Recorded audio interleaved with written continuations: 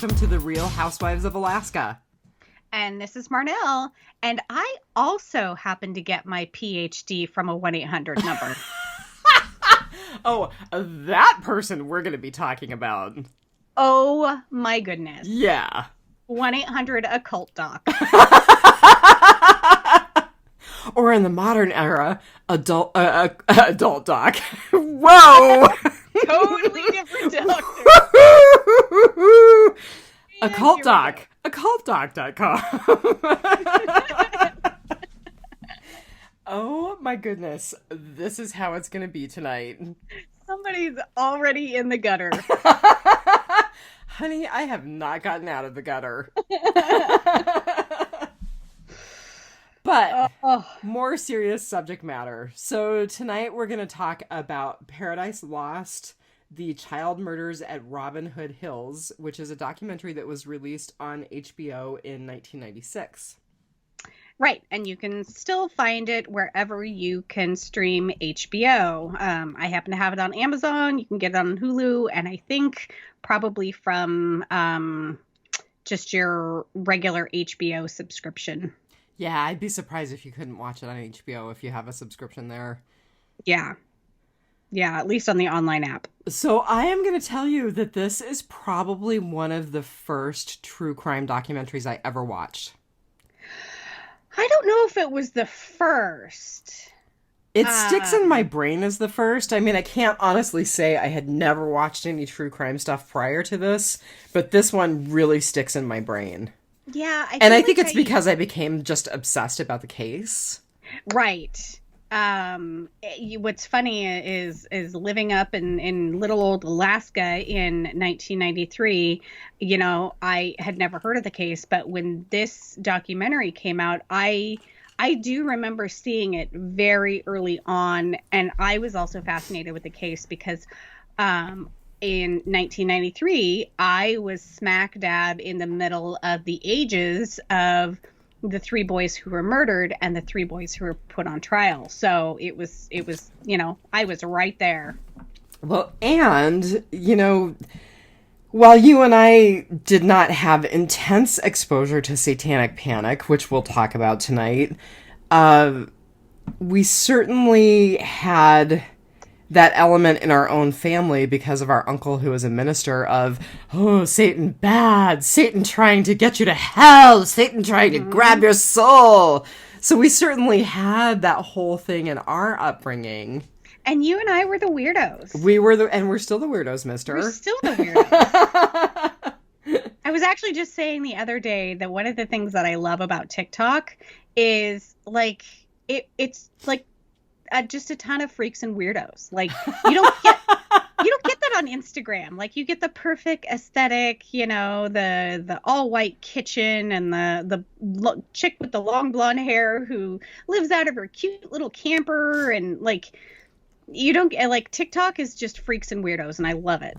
Okay, and I'm not going to go into it in any great detail, but Marnell, who is my personal TikTok curator, sent me the best TikTok about the origin of false eyelashes. I don't know if it's true. Did you look to see if it was true? I did not. But it doesn't matter because it was awesome. The story's the best. The story is the best. Apparently a French courtesan? That was not the word that was used in the TikTok that we watched, but a French courtesan is supposedly responsible for inventing false eyelashes. I will not explain why. You'll have to look for the TikTok yourself. Okay, so Urban Dictionary has a similar origin story, but it was Really? a Greek prostitute in the 1800s. Okay. So, we strongly, as the Real Housewives of Alaska, encourage you to look up the origin story of false eyelashes. And I will let you know that Marnell sent it to me after I told her I'd had eyelash extensions done. After I suggested that she start playing around with false eyelashes. Because they're fun. They're fun, but here's the deal. I didn't want them to come off at inopportune times. Mm-hmm.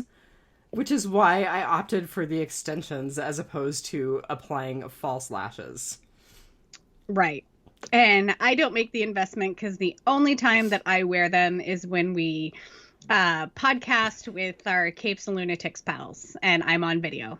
Well, and quite truthfully, I've just gotten completely ridiculous in my old age. So it's all, as we have said before, about the wine, the makeup, the clothes. The hair. The hair. Yep. Yes, I'm debating how to do my hair on Monday, so... So did you, totally off track, did you see the post that was made on Crones of Anarchy Facebook page that was asking for advice for starting to wear makeup again, and she's in her 40s or 50s? And I did, and I was like, there were already 400 responses, so I was not going to respond. But... And at least a third of them were super judgy about, like, why? Why do you think you have to wear makeup? Okay. And it's like... I'm going to drop the first swear word, and it's not even an F-bomb. Those bitches on Crohn's are really judgy. Some of them are. Some of them are. I'm like, you know what? You completely missed the anarchy part, and you kind of overshot the Crohn part. Oh, man. Just let people live their best lives. God. Mayo's got to ruin things. They're awful. They're kind of awful. It makes me not happy. Old bitches.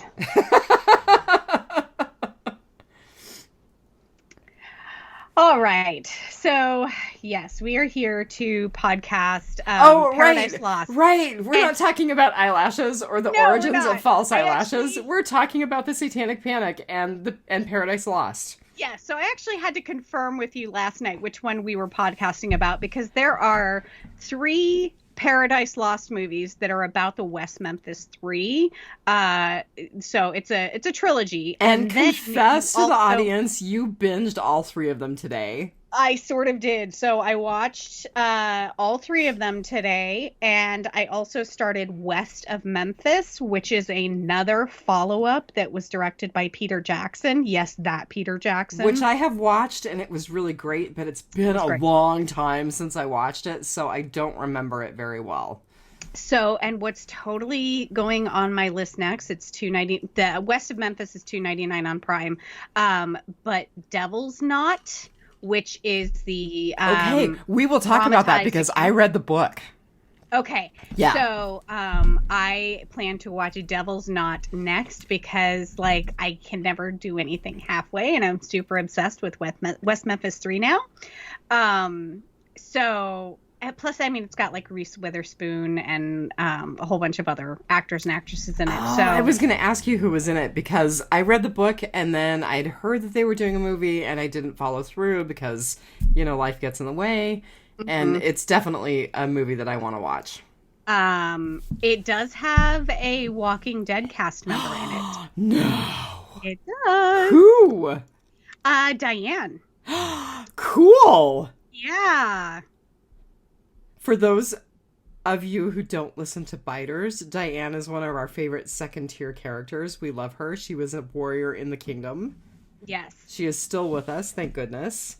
She needs a little bit of a larger role. Yes, she does, because she is awesome. Yeah. Okay, so how did you rate this? I think it's your turn to go first this time. Maybe. I'll go with it. So I rated it very highly because, like we said, I think this was probably the very blossoming of a baby murderino in like 1993, 94. And because, of course, you and I were the weirdos of the family. Mm-hmm. And so we both kind of identified with the kids who were ostracized, who were put on trial, being the weirdos. So I rated it fairly high. I rated it a 4.9 False Confessions. I actually rated it a titch lower than you did, which shocks me.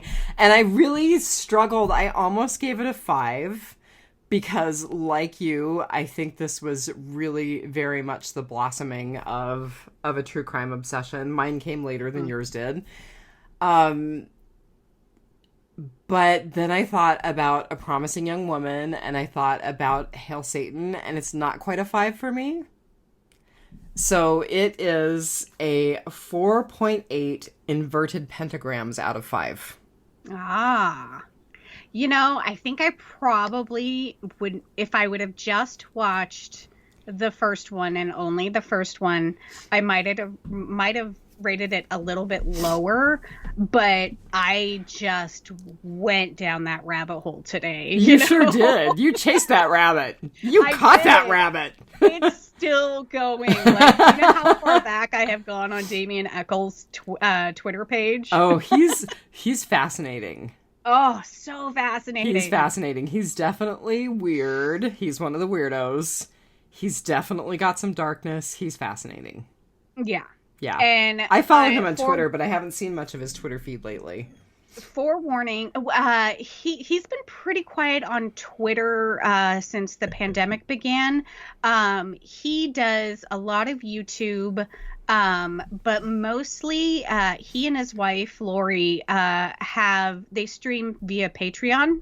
So you can be a $1 member, a $5 member, a $10 member, and like watch their streams live. And then he posts some of the streams to his YouTube page because he says he understands in the time of the pandemic and so many people struggling so much monetarily that, you know, he still wants to connect with people. So he puts a lot of stuff out there for free. But he's been pretty quiet on his Twitter and Instagram page. So I'm just curious because what I know of his Twitter feed, and again, you know, I haven't seen much from him on Twitter lately, and I've been kind of inactive on Twitter for probably the last 6 to 8 weeks, other than a brief check-in every now and then.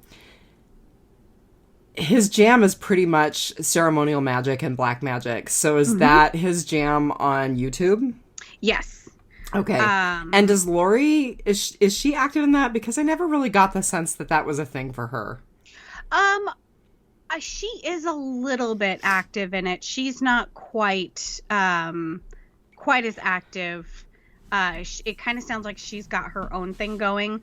But when he links to her stuff on Patreon, he does tell everybody that is her only social media. So if you see any Instagrams or Twitter pages that claim to be hers, it's not her. It's not her. She only posts on Patreon. She seems kind of a little more private than he is. But of course, he's lived such a public life. Right. I do want to forewarn everybody that this is a 2.5 hour documentary. So unless you have 2.5 hours to spend, I would not recommend like sitting down thinking that like you're just going to spend 90 minutes watching this. No, it's 2.5 hours, and it is highly graphic with its crime scene photos. Okay, so I mean, we're kind of already in rotting potpourri with some of our stuff, and it is what it is. But when it really started to show the crime scene and it showed the 3 murder victims, the thing that immediately came into my mind was these poor family members, these poor parents, all of these years later, they're going to see their kids in that condition. And it does not blur anything No, out. It doesn't. It's horrible. I do not know how they get away with it other than the state of the bodies when they were discovered. I guess that sort of effectively blurs, but the 3 boys were found naked. So yeah, just be forewarned that, I mean, it starts right off in the beginning credits. So watch with the blinds closed. Don't have kids around. Like, it's not light subject matter. No, it's definitely not. It's very graphic. Mm-hmm. And they actually do a warning saying, you know, this is very graphic. Right. Yeah, super sad. Boy, so much tragedy. Yeah. Just an incredible amount of tragedy. And I know that we're going to end up talking about John Mark Byers and Terry Hobbs both, especially because you did go ahead and watch 2 and 3. Mm-hmm. And I know that there was quite a bit of discussion of Terry Hobbs in 3. Mm-hmm. And West of Memphis. Although I have not, again, you know, I haven't watched those in a while. I just read some stuff about Paradise Lost 3 tonight and remembered that, that was a road that they went down. Yeah. And John Mark Byers actually becomes something of an advocate for the West Memphis Three. Yeah, we're definitely going to discuss him in this. Yeah, he's really disturbing. Yeah. He is not a well human. No. I think that he was very unwell for a period of time. I think he's better now, though. So we'll definitely get into that. Okay, cool. So I don't have tons of numbers, but I have some.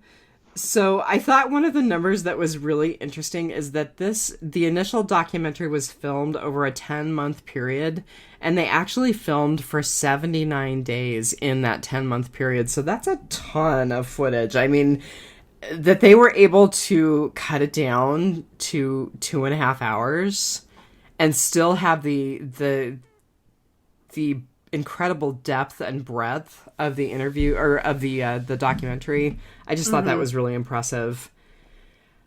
This film has 100% on Rotten Tomatoes for the Tomato Meter, which is the critics' review, and it has a 94% audience score, which is pretty impressive. Yeah. Only an 8.3% on IMDb, or an 8.3 out of 10 on IMDb, which is not quite as good. But is still fairly high. It is. So those are my numbers. I couldn't really find anything about, production cost or any of that kind of stuff, which, this movie was made in 1996.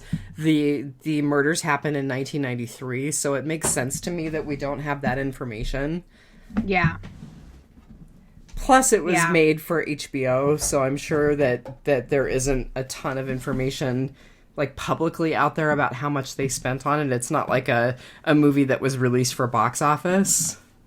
Right. It was screened at festival theaters, like film festival theaters. That actually doesn't surprise me. I think the second one was the only one that went straight to HBO. Oh, okay. I didn't know that. I didn't realize that. So the title, I think, and I mean, tell me if you found something different, but I believe the title is a reference to the John Milton poem Paradise Lost. I actually did not look into the title. I'm just assuming. I did not find anything specific that said that, but, that's a poem that's always been in my periphery. I'm going to be honest and say I've never read it. It's a very lengthy poem. I'm surprised I wasn't assigned it for AP English all those years ago, but I wasn't. So, my information about it is peripheral at best. But it is a poem that tells the story of the fall of man, specifically Adam and Eve's temptation by Satan and their expulsion from Eden. And so I was thinking about it, and I was thinking, okay, there's the whole element of temptation by Satan, right? Mm-hmm. And, nobody described West Memphis as Eden, but a lot of them sure described it as hell. Yeah. Yeah, and of course there's a lot of references to Satan in the poem itself, and so with the Satanism and the occultism that's referenced in the movie and the Satanic Panic in the 90s, that totally checks out. Yeah, that's totally where I think it came from. So yeah, that's my little brief thing about the title. So there is no writer because it is a documentary. Every now and then we stumble across a documentary with a writer, but there's no writer for this documentary. So our directors were Joe Berlinger and Bruce Sinofsky. They have done quite a bit together. Joe Berlinger, I'm going to struggle with that because I want to say Joel, is still alive. Bruce Sinofsky sadly passed away in 2015. Aww. They worked quite a bit together, and they also did some work separate from each other. They're best known for these 3 documentaries, and then they did a documentary with Metallica called Some Kind of Monster, which is important in discussing the West Memphis Three because Metallica was such a heavy influence for Jason Baldwin and Damien Eccles. Right. And because Metallica actually, for the first time ever, authorized the use of their music in a film as the soundtrack for this documentary. Yeah, and so if you watch all of the movies, including West of Memphis, you will start to see more and more celebrities become involved with this case. The person I And always think of is Eddie Vedder. yes, Because and Eddie Vedder was really heavily involved in promoting Free the West Memphis Three. right, he put together the benefit concert, and he was pen pals with Damien for a very long time. He even went to visit him a number of times. He was at the celebration when Damien was freed. Right. Johnny Depp and Damien Eccles have matching tattoos and it looks like some of the writings or glyphs that Damien seems to have created. So yeah, but I think that Metallica did do a lot of kind of behind the scenes monetary support for the case. So yeah, and of course their music, they gave Paradise Lost permission to use their music, which if anybody knows anything about Metallica ever, they don't give anybody permission to use their music in anything. All right, and I'm Napster. I'm gonna confess how completely uncool I am because I've never been into Metallica. I mean, I know a few of their songs, but it's not my jam. Sorry, Brian. But when the credits started rolling and the music was playing, just the opening credits, I was like, man, this soundtrack is so good. It's so haunting. And then I remembered and realized it's all Metallica music. Right. And I thought, maybe I'm going to have to grow up and start listening to Metallica now. I have always liked a lot of Metallica's music. That's kind of the era that I grew up in. Pearl Jam, Metallica, Nirvana, things like that. And see, I was a giant Pearl Jam fan and still am, but and Eddie Vedder, some of his solo stuff I just love. He did the soundtrack for Into the Wild. Literally one of the best soundtracks ever. Yeah. Best ever. Yeah, I grew up wearing a lot of flannel in my teens, so yep. I did also want to say that Joe Berlinger was director and producer of Extremely Wicked, Shockingly Evil, and Vile, which is the Ted Bundy movie that was done for Netflix with Zac Efron. Such a good movie. I loved that movie. We need to talk about Joe. Okay. Joe is a total murderino. He is a total murderino. When I was looking at his IMDb page, I thought, everything on here is true crime. It is. Cold-Blooded, the Clutter family murders, Unspeakable Crime, the killing of Jessica Chambers, Wrong Man, Conversations with a Killer, the Ted Bundy tapes. Yes. You mentioned Extremely Wicked, Shockingly Evil, and Vile, which was the Ted Bundy movie for Netflix starring Zac Efron. Which was really good. It was. And then, of course, most recently, Crime Scene, The Vanishing at Cecil Hotel. It's getting a lot of crap on social media because it takes a lot of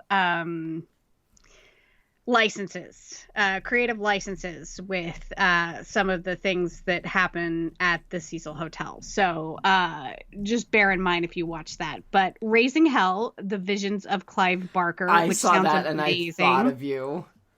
Okay, and 2021 completed, not released yet, TV series documentary, 5 episodes, Confronting a Serial Killer. That's on the list. That is very, very high on the list. Okay, I'm also going to tell you that on the list, I think, needs to be the movie that he and Bruce Sinofsky did together before they did the first Paradise Lost movie called Brother's Keeper. And it's about a man who was accused of and tried for the mercy killing of his brother. Oh. Right? So it sounds really good. Okay, so what is up with he and Bruce's, like, they apparently do a whole bunch of stuff for Oprah. I don't know. Because, Oprah doesn't really... Granted, she did some really sketchy stuff before she became Oprah, but she doesn't strike me as much of a murderino. No, no. I mean, she does have her roots in like more newsy and then kind of talk showy stuff, but yeah, they did a whole bunch of stuff with Oprah Masterclass. Who knows, man? I don't. They are nothing. They are and were nothing if not eclectic. Right. Anything else we want to say about them? No. Well, that takes us into our Housewives hero, who you asked me who I wanted, and I named him because he stuck in my head the first time I watched this documentary, which I can't tell you how many times I've watched this documentary now. But he stuck in my head as the hero, and it was Dan Stidham, who was Jessie Miss Kelly's attorney. Right. So take it away. That would be Judge Stidham's right now. I thought that was super cool. I found that out tonight. Yeah. So he is now the district court judge for the 17th Judicial District of Arkansas. He was elected in 2016 and then also just recently reelected in 2020. It's a 4-year term. He had a private practice in law prior to becoming a full-time state district court judge on January 1st, 2008. So that's weird.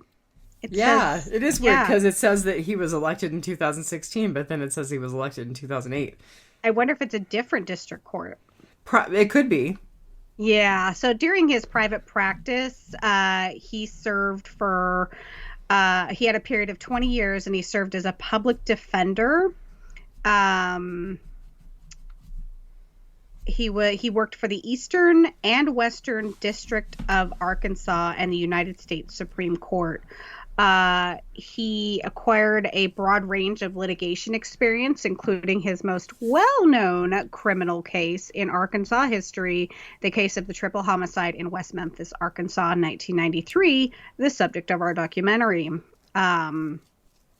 So he is now a frequent speaker at college campuses and professional meetings around the country regarding criminal law issues and the West Memphis murder case.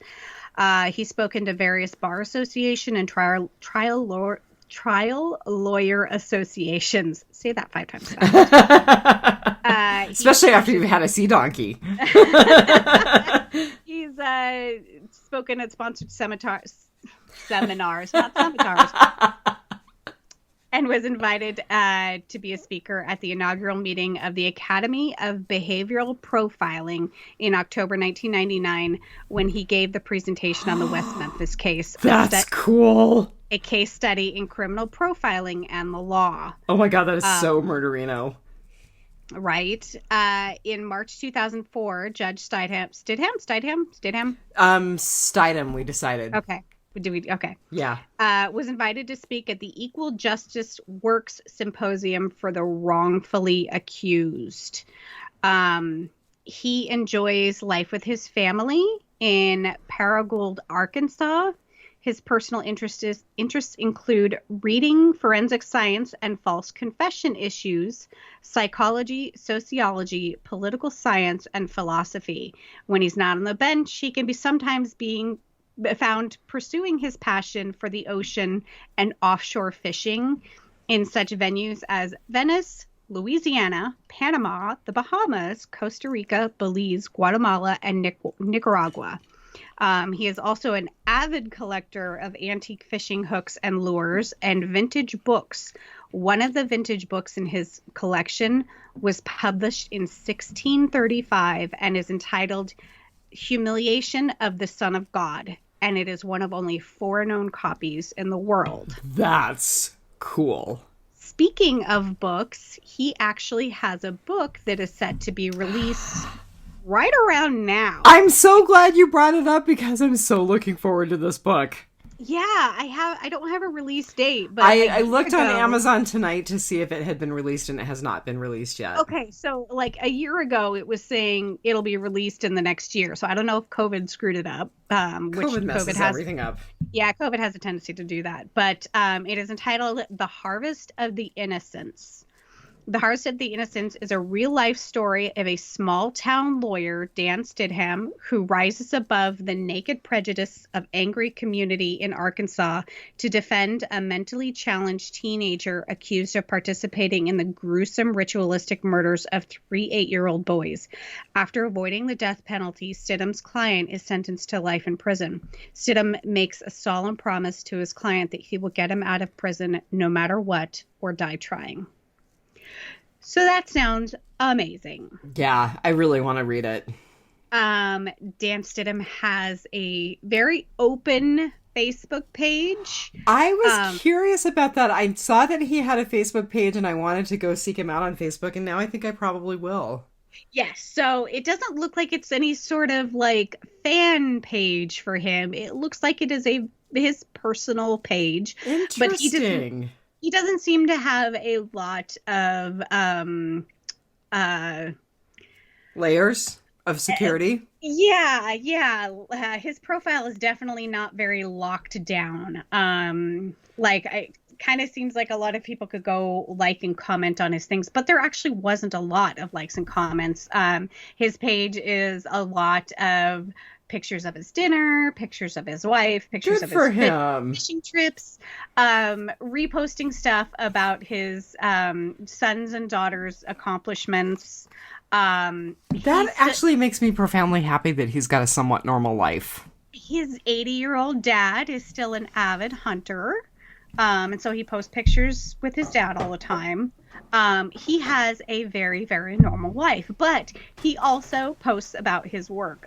He was another profile that I went back very, very far on, because he actually, of course, when COVID hit, being a sitting judge, a lot of the courts over the nation had various stages of being shut down, and they're all working somewhat to a degree. They're trying to be normal, but they're not. So I was very curious to see how his courtroom handled it, and it seemed like they throughout COVID they were trying to, you could continue to pay fines electronically, and you could go and go up to the window and pay your fine. Felony proceedings were going forth as much as possible, with only the most necessary cases going forward, and misdemeanor cases were kind of suspended for a very long time. He is a total COVID, like, wash your hands, wear your mask. Like, he gets appalled at people not wearing their mask in stores. So he seems like an all around very normal, very grounded, really great guy. So good. I think his experiences with this case probably lends to him being an amazing judge. So I'm really glad that he was elected and then subsequently reelected. So I wanted to say just a couple more things, because I read an article in the Arkansas Times that was published, I want to see, shortly after the first case. Now I feel bad that I didn't retain enough of it to remember whether or not it was published after the West Memphis Three were released. But people didn't realize, and I'm not sure that I realized, he was appointed to this case. He did not volunteer. And he got a lot of grief from people in his community for defending Jesse Misskelley. Oh, that doesn't surprise me at all. And his friends were like, you need to make sure that people know that you didn't volunteer for this. That you were appointed to this. So I thought that was super interesting. So Go ahead. And it really doesn't surprise me that he was appointed because I would imagine that the three families of the three young men. Oh yeah, they didn't have the money to buy attorneys. Right. Yeah. Exactly. So and you know, I mean, it was just his number was up in terms of being the person that someone thought about when they were like, oh well, Jesse Misskelley needs an attorney. Right. You know. Right. And, you know, I have actually done some, because of talking about the Centoyo Brown case on last week's episode. Last week's episode? Yeah. Yeah. I know they kind of blur together, right? And then this week's episode, I had done some further reading on just how indigent cases get assigned their lawyers, and it really it's literally down to how your county or district does it, whether or not there's a pool of lawyers or there's a public defender's office that has attorneys that are sort of round robin, or if the attorneys that are like within the municipality or whatever, whether it's round robin to them if you're like registered with the bar in that state, or you know. And I'm not sure how it totally fell into his lap, but basically, right. I think the judge called him and was like, "So Jesse Misskelley needs an attorney, and I was thinking of you." Yeah, and so I don't know quite how it was done, but it's done different ways all over the U.S. There's no set standard way. Oh my God, he is lovely. So he posts quite a bit, and he posted this really funny joke that said, "I will not sleep until I find a cure for my insomnia." And then he posted a message just a few minutes before that said, "Find a place inside where there's joy, and the joy will burn out the pain." Yeah, like I said, he oh seems my God, to be he's like beautiful. A really amazing, well-rounded guy. And the picture of him fishing is lovely. Mm-hmm. Yeah. There are good. several. That makes me happy. So the other thing that I wanted to say about from that article is that he actually is an Eagle Scout. And he actually was asked to withdraw his application to lead a scout troop because of this case. Wow. Yeah. That's shocking. And they were like, well, we didn't like some of the decisions that you made in scouting. And he was like, no, you didn't like the fact that I was representing Jesse Misskelley. Yeah. Wow. Yeah. How far we've come. Right? You know? And he told a story where he was getting out of his car and someone shouted at him, "Child killer," when he was like very early into representing Jesse Misskelley, and he was completely freaked out, and he turned around and it was a friend, and the friend started cracking up, and he was like, "Man, you scared me. You really scared me." You know, and it was interesting to watch because there was a change of venue, and even where the trial was held, they were very concerned about the security of Jesse, and I would assume his lawyer. And of course, every time he sees Jesse, he is wearing a bulletproof vest when he's outside of the court. So okay, so here we go back into writing potpourri again. We're not there yet, or bycatch, not writing potpourri. I'm in the wrong podcast. I totally thought of the show that we watched on HBO, The Outsider. Yeah, because, you know, spoiler alert, if you haven't watched it, one of the characters is murdered. Leaving court. And I thought, you know, it's just a miracle that one of these boys was not murdered leaving court. Right? I mean, the 90s, the Deep South. And right. There were all kinds of imagery of shooting. So, yeah. Yeah, so I'm really glad you chose him. It was there's some, if you watch the second and I think for the first part of the third movie, there is some when they're trying to get the all three of the boys new trials. There's and anyone who's had a lot of exposure to true crime or legal documentaries or the legal system itself knows that one of the things that when someone is convicted and they go for a new trial or they try to fight their way back through the system, one of the things that is brought up a lot is ineffective counsel.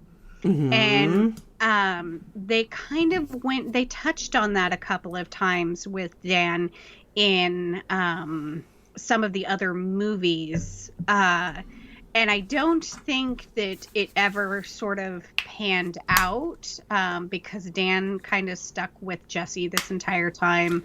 He really did. In the movie West of Memphis, which is the fourth movie, that's not kind of part of this trilogy. The one that was that was directed by Peter Jackson. Right. That was done after the release, during and after the release. There are some really, really good interviews with Dan. And he talks about a lot of the regret that he has in the case. Oh, that breaks my heart. Yeah. And it's around...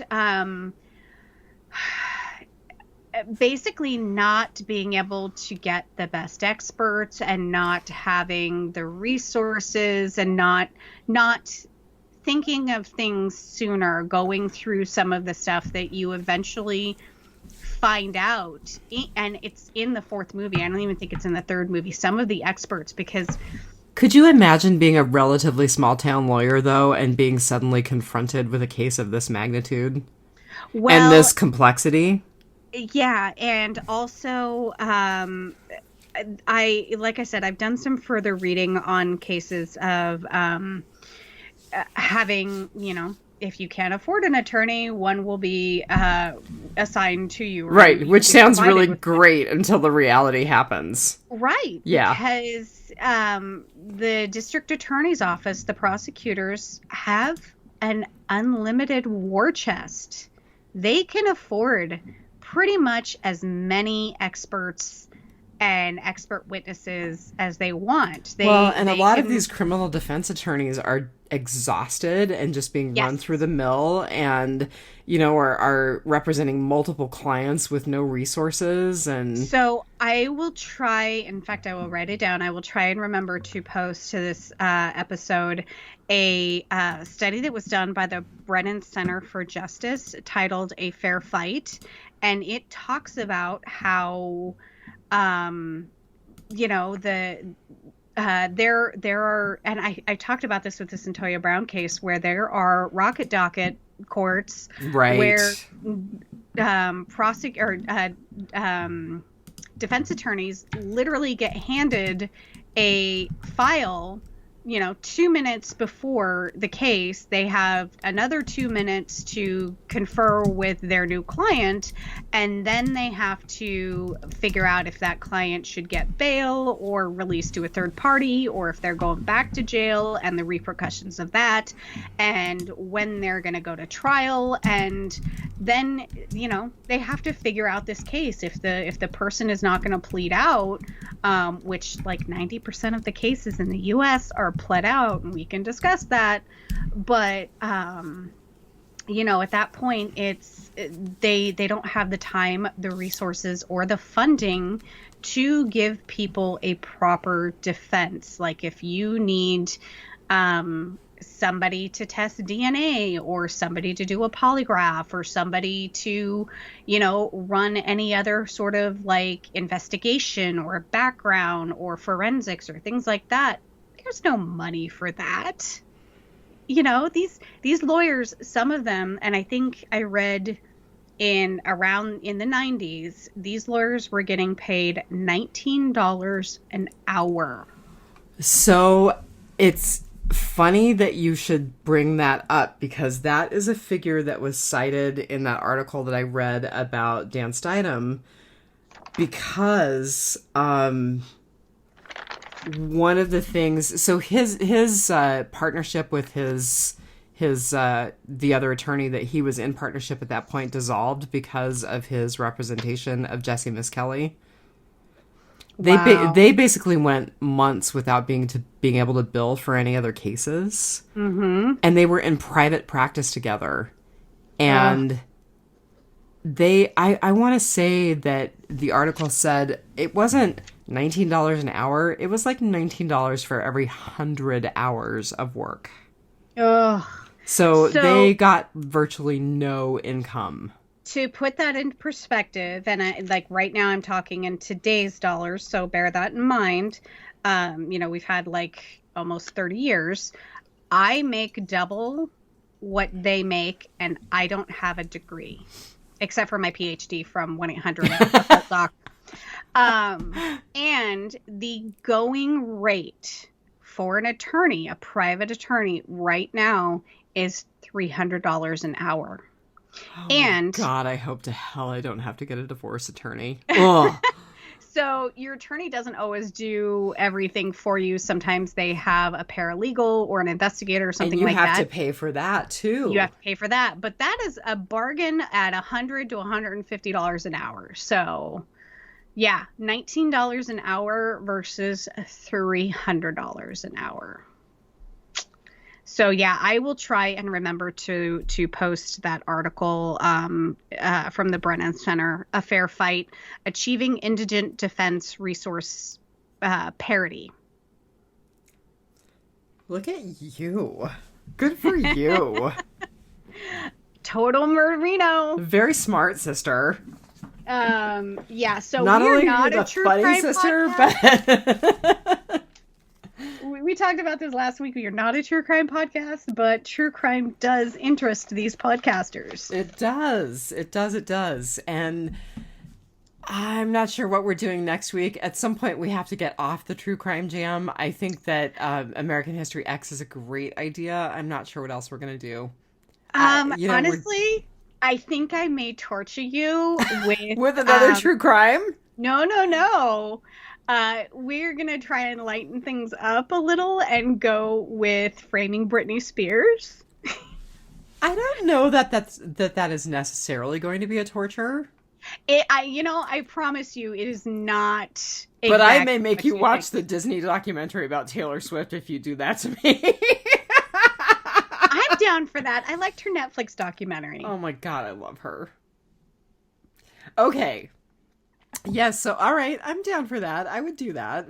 Okay, so we may lighten things up a little next week with a little yeah, we're going to lighten up a thing about a celebrity that was horribly abused by people in the celebrity system and her own and her father. family. Yeah. That'll be nice and light. Right? Nice change of pace.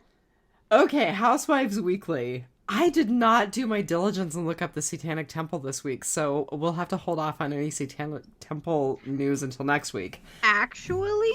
Oh, but you did. I get their newsletter. Okay, so the Satanic Temple v. Scottsdale. Set your calendars, March 18th at 10:30 PST.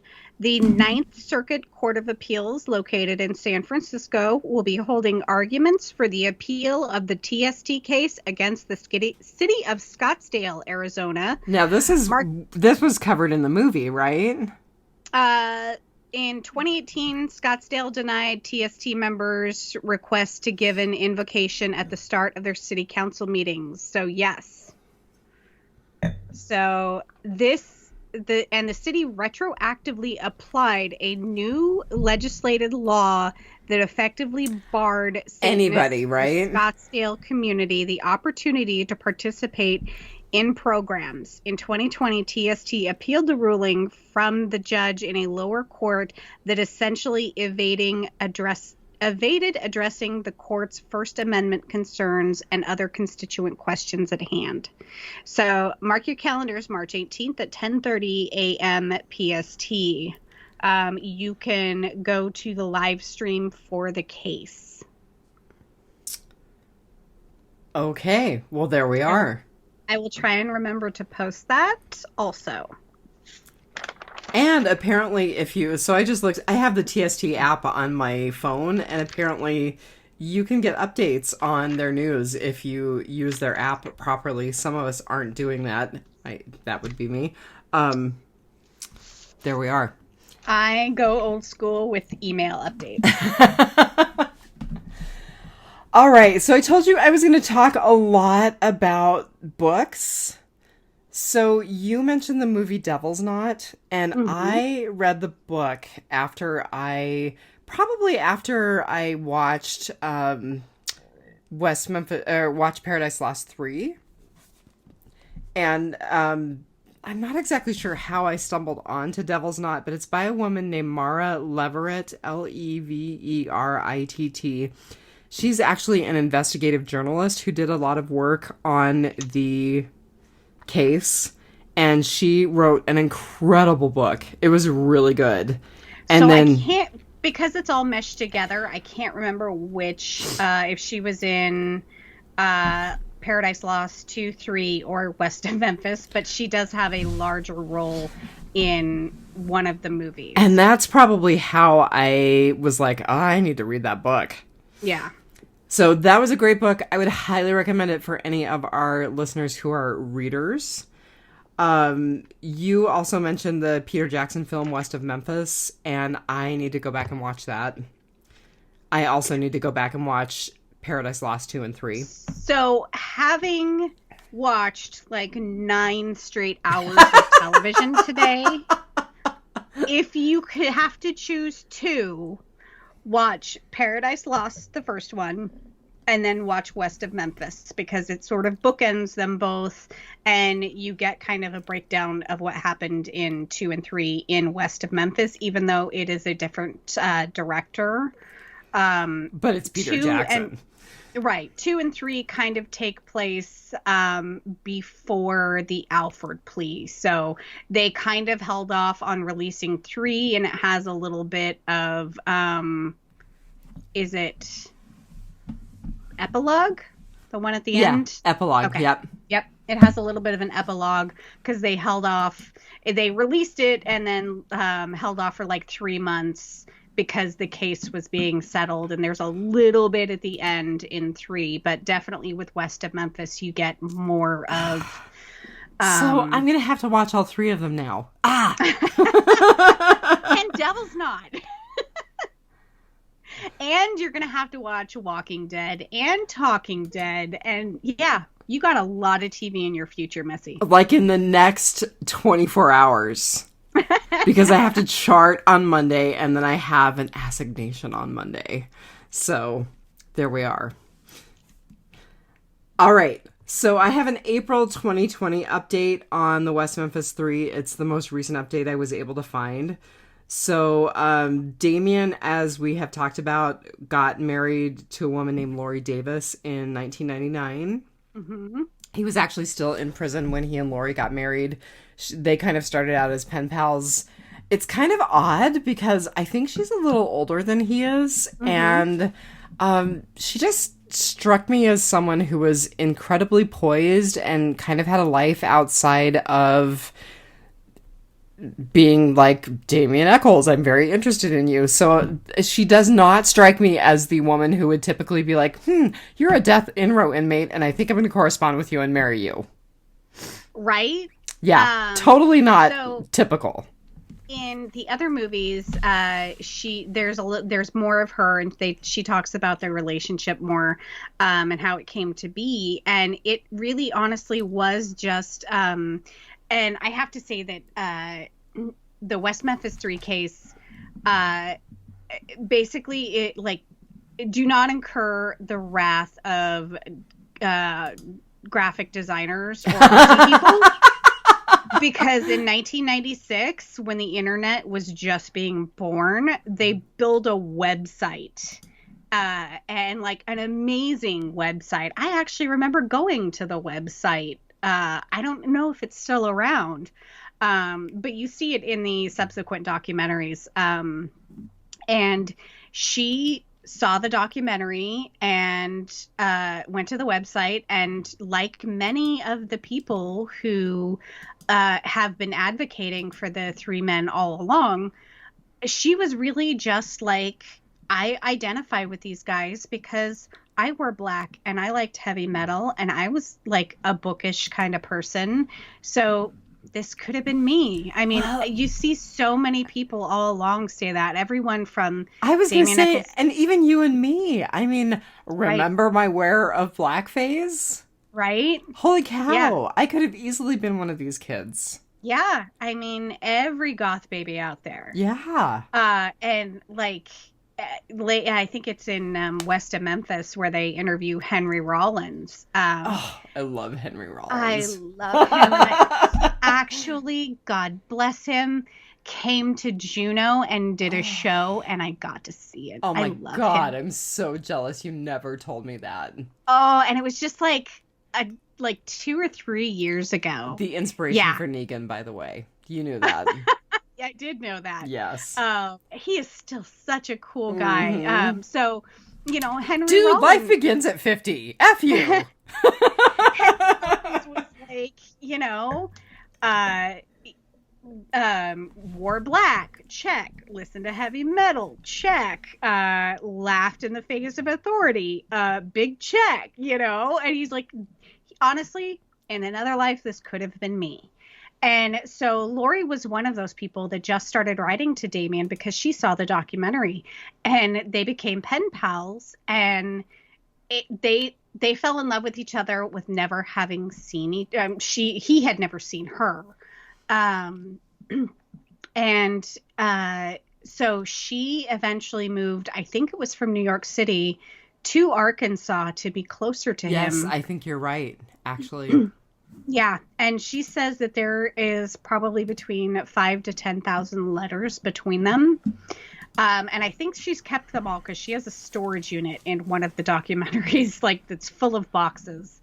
But I love in West of Memphis, they talk about their wedding in prison. And of course, he was a death row inmate, so he was locked down like 23 and a half hours a day, 7 days a week. It was the first time a non-prison personnel had touched him in over a decade. That just breaks my heart. He was a baby when he was sent to prison. And so they were married in a Buddhist ceremony. Which I thought was an interesting choice considering his interest in ceremonial magic, but I certainly have had my flirtation with Buddhism, so I get it. So he in one of the documentaries he did talk about that he one of the questions, because what they would do is they would do way back when the internet was just being born, they would have him on speakerphone from prison, and people would type into the chat box, and they'd have these live sessions, live chats with him. People would ask him questions, and the people that were in the room on the computer on the speakerphone would ask Damien the question, and he would answer, and they would dictate his answer to the live chat. This was like way before any of this stuff should have been a thing. And one of his, I don't want to call them followers. That just sounds wrong. But one of the people that were interested in his case asked something about having, turned his back on the Wiccan religion or something, or become a Catholic or a Christian or something like that. And he's like, I don't put a label on my spirituality anymore because I basically think that we are all worshiping the same God. I think it's all the same magic. I totally love him. I feel the same way. So if you look on his Twitter account, he posts a lot of Bible references from different Bibles. So Girl, he really, because you have read my blogs recently. Yes. I've totally been on a goddess jam, but yes, so I certainly have been on a Buddhist jam for the last several years. So right, so he's spiritual. He does not subscribe to any one religion. So you've got Judeo-Christianism, you've got Buddhism, you've got Wicca, you've got Just I get up spiritually. every day right now and I thank Lilith and the Morrigan for what they have brought into my life. Every day. Every day. So I thought it was adorable when they talked about their Buddhist ceremony. There were two guards that were there through it, and then the person officiating the ceremony and the witnesses. And they kept bowing and hugging and kissing during the ceremony. And they were both like, that's actually not part of the ceremony. You're only supposed to do it once. But the guards didn't know any better. So it was just adorable how they kind of got around the whole no touching. They were like, it's part of the ceremony. Okay. So this is totally off topic, but here we are. I hope they have an amazing sex life. Because I was thinking about Damien and I was thinking about the fact that, you know, he had this kid with Domini. I may not be saying her name right. That's right. Yeah. And he was such a baby when he went to prison. I hope his life is amazing. So his Instagram pictures are lit. Like, really? Ooh, I'm going to follow him on IG. He looks like he is, before COVID, well-traveled, goes to amazing places. He and his wife are so happy. Ooh, speaking of lit, Emily Kinney's latest Instagram picture is amazing. So, yeah, and on his Instagram, like, there's a lot of very normal stuff. Like, he has 2 rescue cats that say that, he says that they saved his life. He saved them one of them from an abandoned, like, crack house, and one from just, like a rundown, derelict, you know, building. He rescued both of the cats, and he said that they've saved his life more than once. So if I could have cats, I would probably have a couple of those, but I'm severely allergic. So here we are. I have dogs. And oh my gosh, he has this beautiful picture of his altar that's just gorgeous. Mm-hmm. Oh, oh my God, and this picture of him in front of a Syrian sculpture. Ah. See? Ah. I'm so happy you told me about his Instagram feed. Oh. Yeah. Yeah. I mean, I would recommend that. Okay, if you were that going gives me tremendous joy, huge joy. Oh, yeah, I love it. If you're gonna follow him anywhere, I would probably recommend his IG. Oh, and he's kissing his kitty. See? Oh. It's amazing. Oh, that makes me so happy. Oh. And now he's got this beautiful picture of one of his death row attorneys. Yeah, no. Oh, yay. Thank you for telling me about that. That totally made my night. Yeah. So, since you mentioned it, we'll go down that rabbit hole really quick. Lauren Ryder was one of his attorneys when he was on death row. That must be the girl that he posted a picture of. Yeah. She's lovely. She's now working on the Brandon Dassey case, which is the kid that was also involved in making a murderer. Yeah. Yes. And we will talk about mentally incapacitated minors and false confessions when we get there. Oh my God. This is going to be a 2.5 hour podcast. It is. So since you mentioned her, I just wanted to mention that she is also working on the Brandon Dassey case. So can I refill my glass of wine?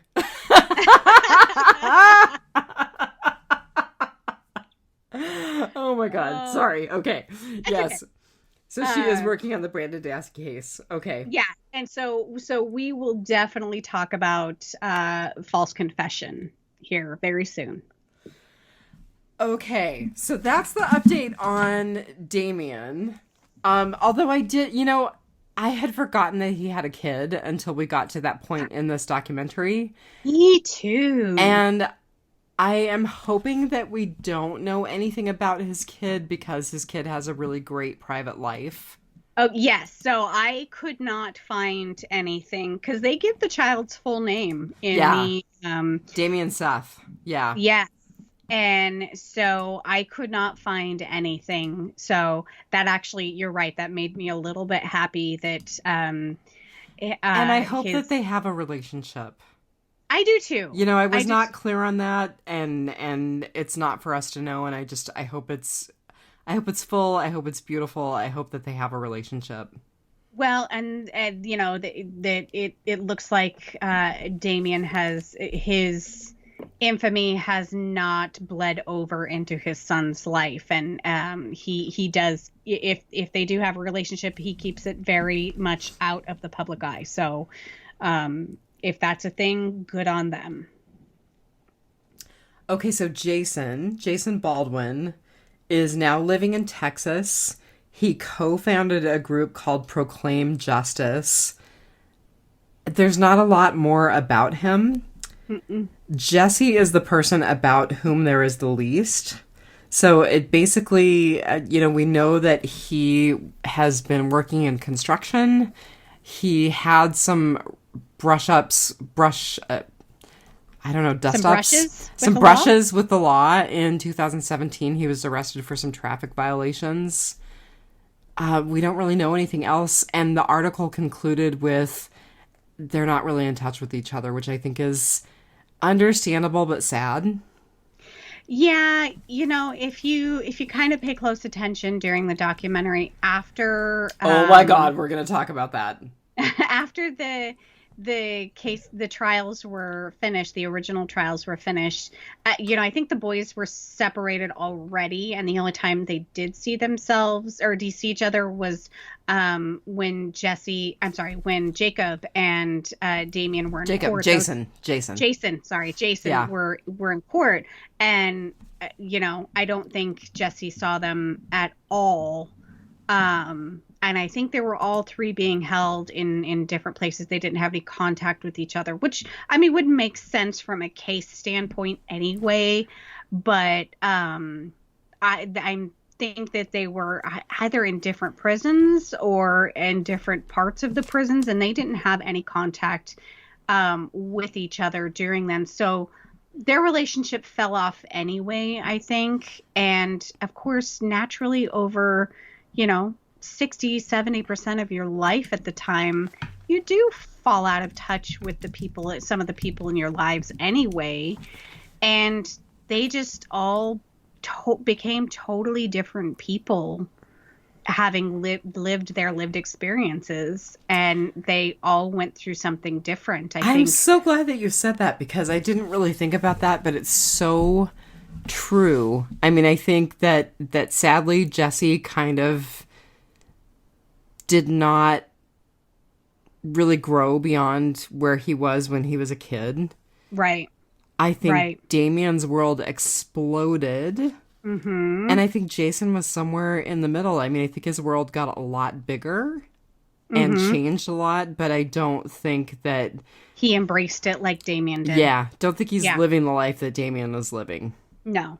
So, I mean, that's what naturally happens to kids when they grow up. You generally a lot of you do go in different directions. And it kind of sounds like Jesse kind of went back to his life in Arkansas with his family.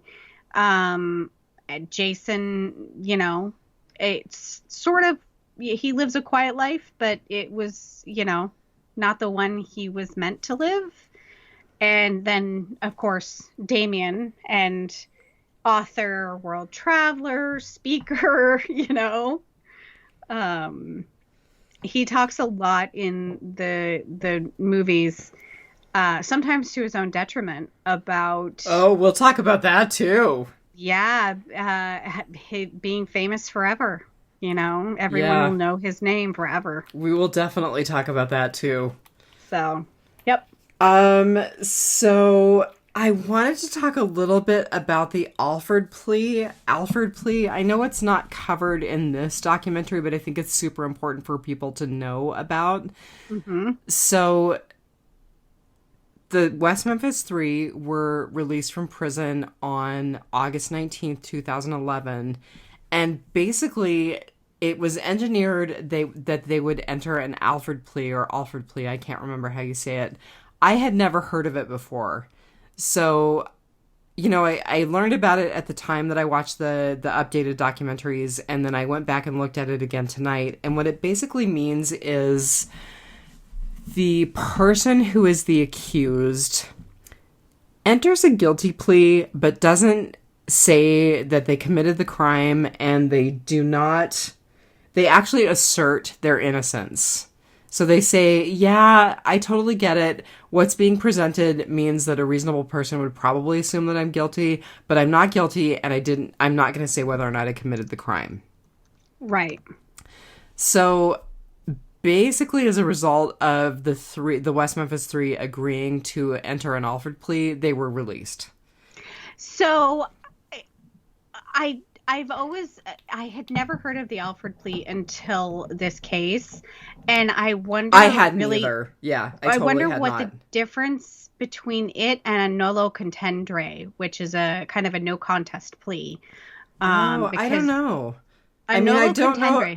I'm assuming that I would assume, and this is just me like not being a legal scholar and not really knowing, just me guessing, but I assume that a nolo contendere plea contender. I don't speak Latin. I watched a lot of Judge Judy. I would assume that is entered at the time of like the actual plea being entered. And I kind of get the sense that an Alford plea is after the fact, like it was in this case. So in the only other difference that I can see just in a broad way is the Alford plea lets you assert your innocence, whereas the nolo contendere is basically I'm not really saying that. Yeah, guilt or innocence. Okay, yeah. Interesting. You're probably right. I'm probably not accurate. You're probably right. No, you might be right, because I had never heard of the Alford plea, and the fact that you could sort of do this long after the fact. So yeah. All right. The only other thing that I was going to mention in Housewives Weekly is that I actually did read Damien's book, Life After Death, which is his book about living on death row and then getting out and getting married. And it was great. So I would highly recommend that as a read. I don't know if it's available as an audiobook, but highly recommend. We will check into that.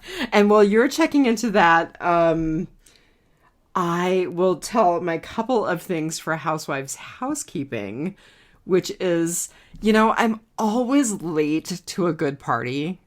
Always late to a good party. So I started watching Rick and Morty this week. Oh my God. It's one of the funniest things ever. So a friend of mine sent me this 1-minute clip that I think it's a YouTube clip. I would have to go back and look. And it's basically about how podcasting is boring. And I tell this person, I'm like, first of all, if you listen to me and my sister, podcasting is not boring. But secondly, I'm going to have to watch Rick and Morty because that's hilarious. So if you're like me and you're always late to a good party, I highly recommend Rick and Morty. I watched the first episode a couple of nights ago, and last night I was like, I'm going to watch 3 or 4 of these. The one thing I was just saying to myself today was I don't watch enough TV. Well, so I need to watch WandaVision. Oh, right. Right? I totally need to watch that. There are a bunch of other things that are on my list that at this point I couldn't even tell you what they are. And now I'm like, how many seasons of Rick and Morty are there? Because it is really one of the funniest things I have watched in a long time. I mean, the first episode I was like, oh my God. I'm completely sucked in. How embarrassing. That's funny. I'm totally going through my 15-year-old boy phase right now. So for a long time, I was an angry 14-year-old girl who was like a goth who hated everybody. And now I'm like, I'm a 15-year-old boy and everything is fascinating. Right? Yeah. And like a modern 15-year-old boy who wears false eyelashes. like I said, there are so many freaks and weirdos on TikTok, and I love them all. And there was just somebody today who was like total straight guy on TikTok, and he's like, you know what? I look amazing in mascara and eyeliner. Oh my God, that's hilarious. And like there was one who I'll have to send it to you. He was going to make fun of a guy who was like, why have I not worn a dress in my entire life? And he's like swinging his hips around in a pink dress. And the guy he stitched with was like, you know, I was going to totally make a TikTok making fun of this guy, but I look fabulous. And it's like, can't him wearing a dress. And so I love all the freaks and weirdos on TikTok. You know, it's been red dress week all week in my life, so I'm totally down with a good dress. Oh, so yes, Life After Death is on audiobook. Oh, good. And it was really good. It is narrated by Damien. So if you, Marnell, have credits to spend, I highly recommend. Of course I have credits. I have 6. I've been remiss. I think I probably have some too, but I am so, like, my life is just crazy.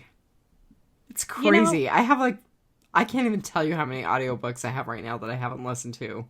So I have actually been in a little funk about listening to, like, I'm so not in the mood for any political news because thank God politics is boring again. I know, right? I was telling somebody yesterday, I'm like, I don't listen to political podcasts anymore, and it's wonderful.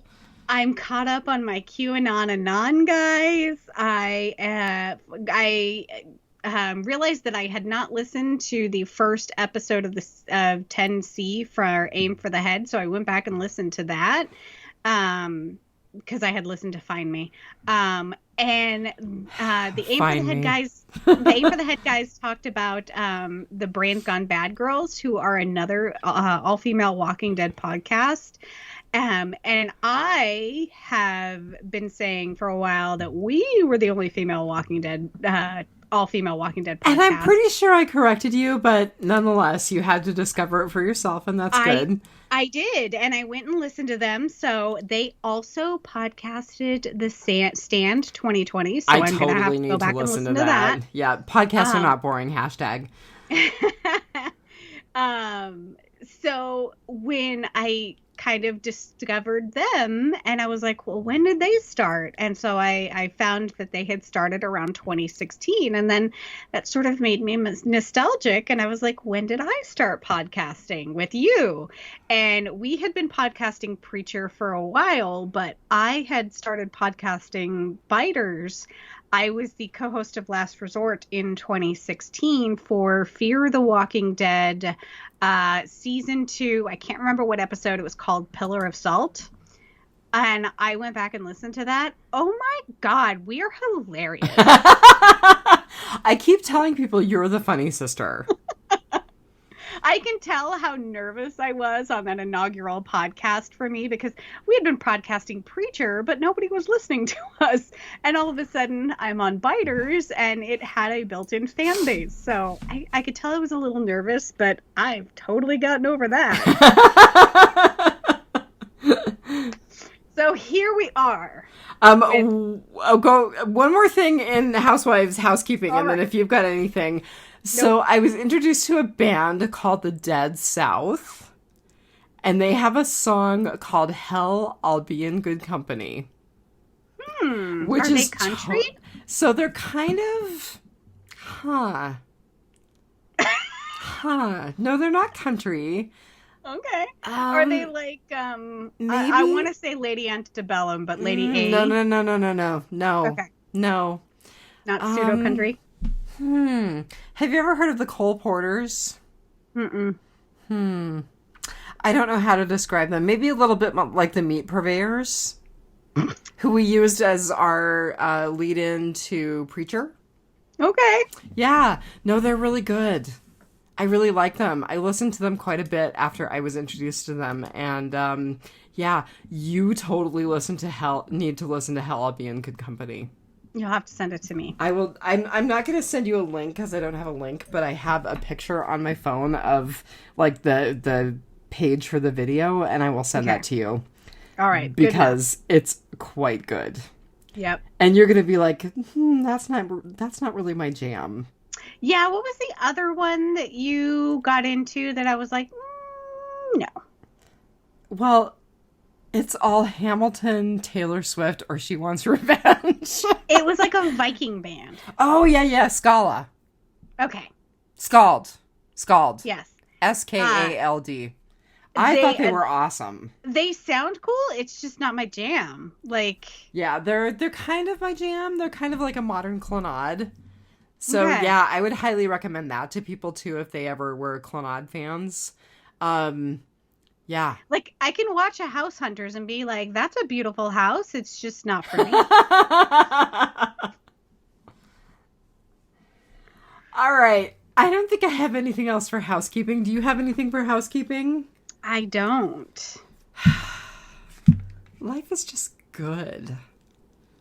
I'm still on a high. I'm still drinking too much Merlot. It's good. Still spending too much money on makeup and clothes. It's good. All right. So I think I made you go first with the ratings. So I'm going to make you go first with your summer.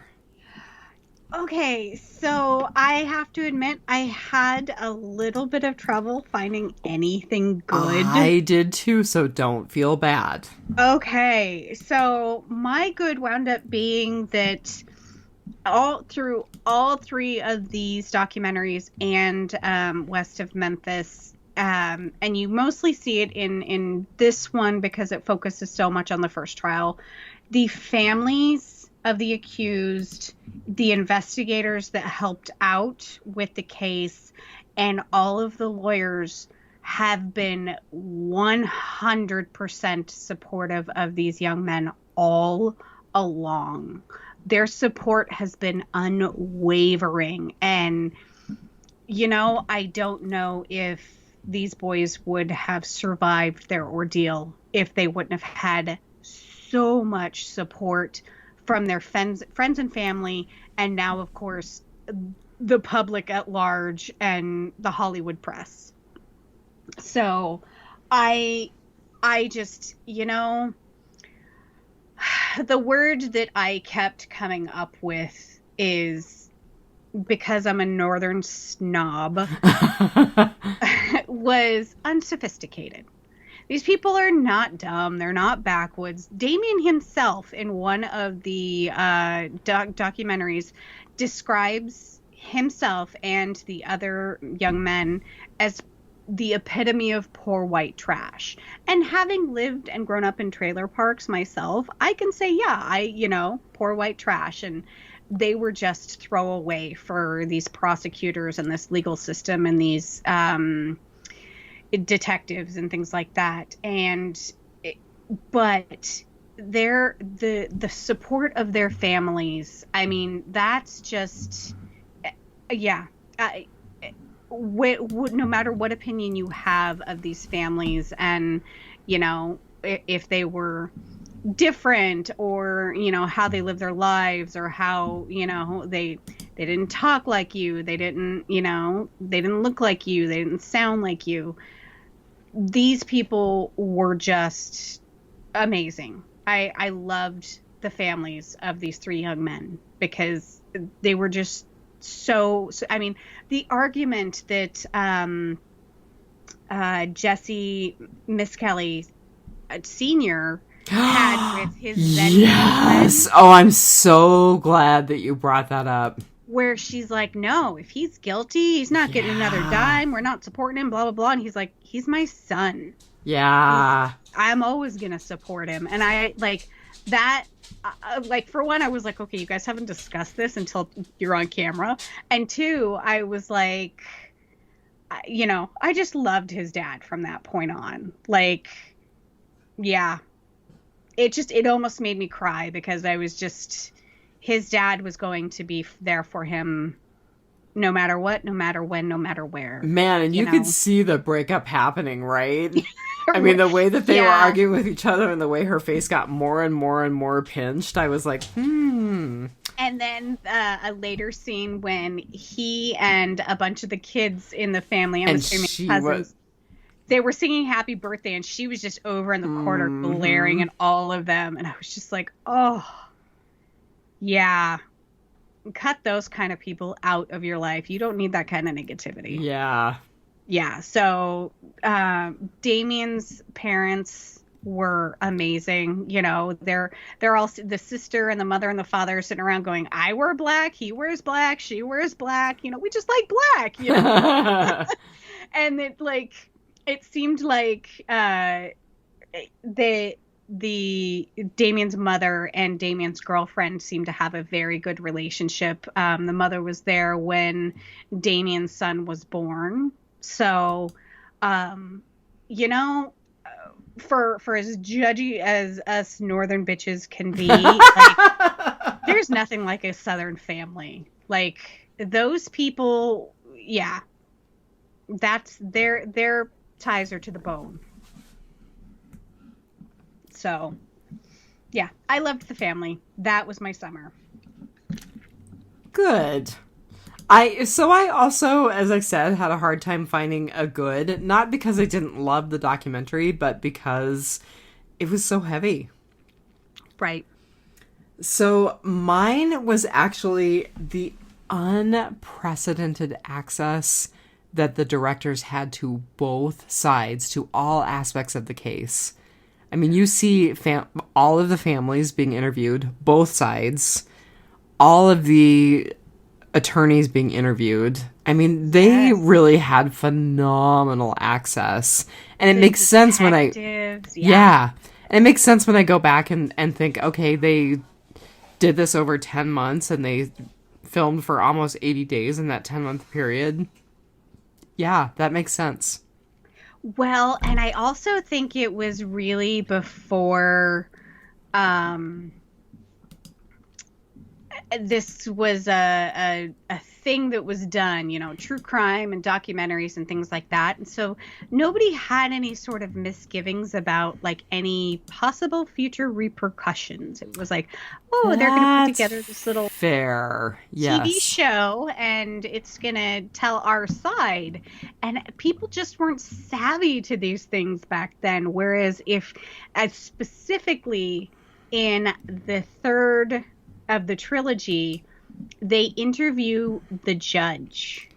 And I don't think he was interviewed in the other two. Okay. And he actually he said something to the effect of, I don't know how much of this I should tell you, basically because of like liability or something. He alluded to like the liability of saying too much. And it was, you know, at that point the case had pretty much been decided. The judge in the case was elected to the state senate, and everyone involved with the case really, really wanted this judge to become a senator, because at that point he could have no further involvement with the case. So unfortunately he's your senator now, but he can't rule on the case at all. And he was so prejudicial from the beginning that they were just like, let's get him out of here no matter what the cost. So they did get a little bit of access to the judge in the last one. And people had gotten wise to what they say can and will be held against them in the court of public opinion. Yeah. But you're right. I didn't even think about that because I'm just so used to true crime documentaries, but they did get unfettered access to all sides. Yeah, it was pretty impressive. Yeah. Pretty impressive. All right, so what was your winter, your bad? I have 8 pages of notes. Let's see. I had to go find it. It's like on page 5. So John Mark Breyer. Oh, yeah. Breyer. Byers. A difficult personality at best. Yes. So the order that I watched these in was I watched the first one last night, then I watched the second and third one today, and then I watched the first one over again between sort of watching West of Memphis. I started to watch West of Memphis, realized I didn't have enough time to finish that, and rewatch the first one. So I saw a lot of, I think they refer to him as Mark. I don't think they refer to him as John. I saw a lot of him, and I kind of had the ability to... And some of the stuff that he says and does is pretty horrifying. Yes, so I had the benefit of seeing him in the first one, and then the second movie really, really focuses in on him as a potential suspect. Right. And the things that he does and says in that episode, he is bananas. That guy is, you know, I've talked about liking the freaks and weirdos. I don't like creeps, and he was a creep. Yeah. And you kind of see that starting in the first movie, when I'm assuming they take archived news footage of, because it was like the kids were still missing. I don't think they had found the bodies yet. The kids were, and so you see him being interviewed by like local newscasters, and he is normal and sober and fairly well spoken. Like there's no inkling of who you see later on in the movie and in the second and third movie. It was revealed towards the end of the first one that he had a brain tumor. Right. And so in the second one, he was on a lot of medication, and I can't remember if it was in the second one or the third one. I think it was towards the end of the second one. Like I said, I watched like 10 hours of TV today. He does take a polygraph test, and he passed the polygraph. However, they did stipulate that he was heavily medicated when he took the polygraph, and he was honest about the medications that he was on, but all like 4 of the 6 medications he was taking were depressants, so that has a tendency to affect the outcome of polygraph tests. And so he was receiving treatment of some sort, but he had not had any sort of treatment to take care of this brain tumor, really.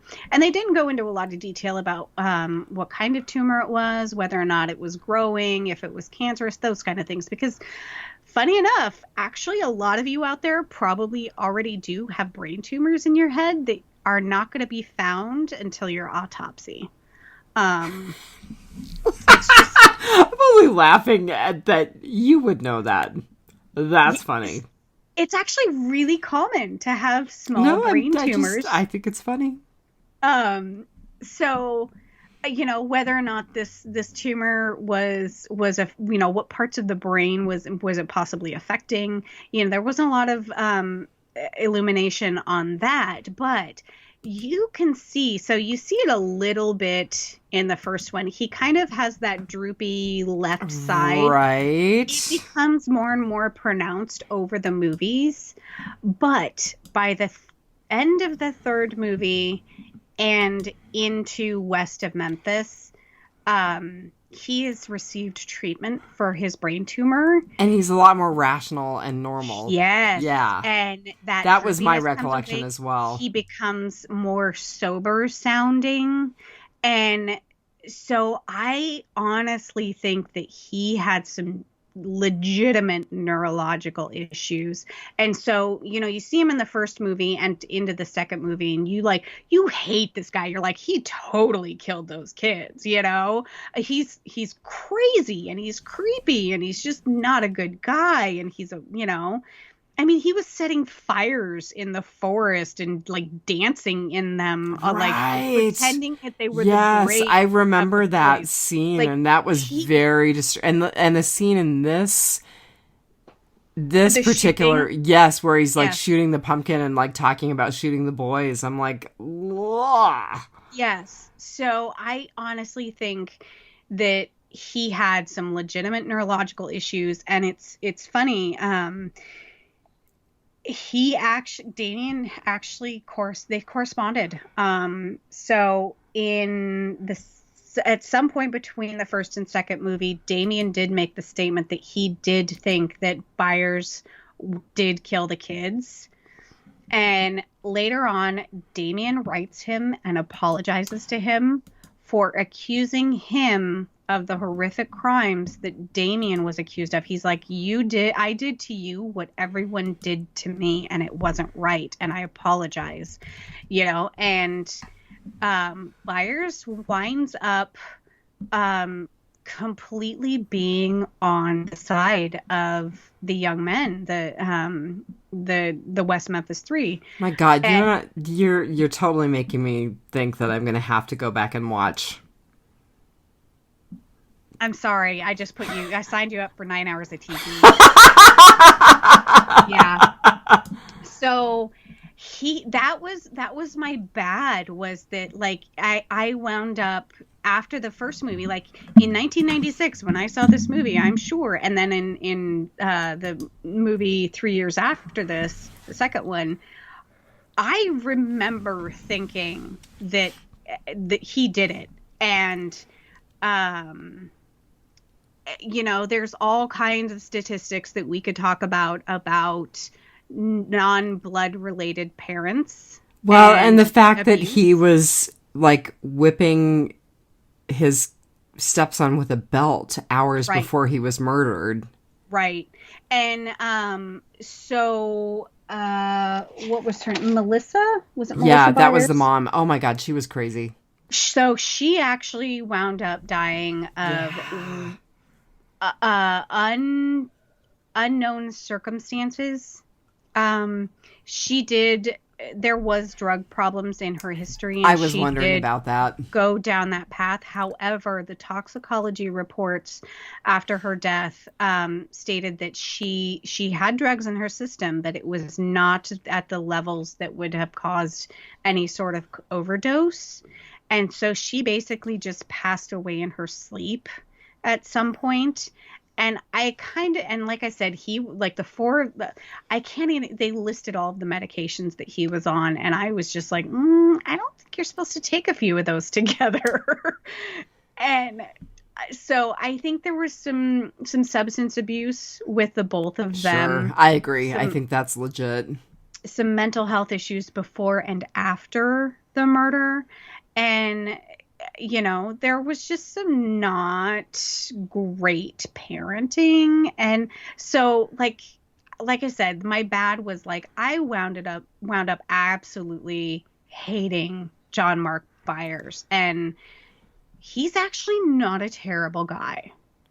So that was surprisingly, that was my bad, is like you come away from this one movie not liking him, but watch any of the subsequent movies and you'll hate somebody else.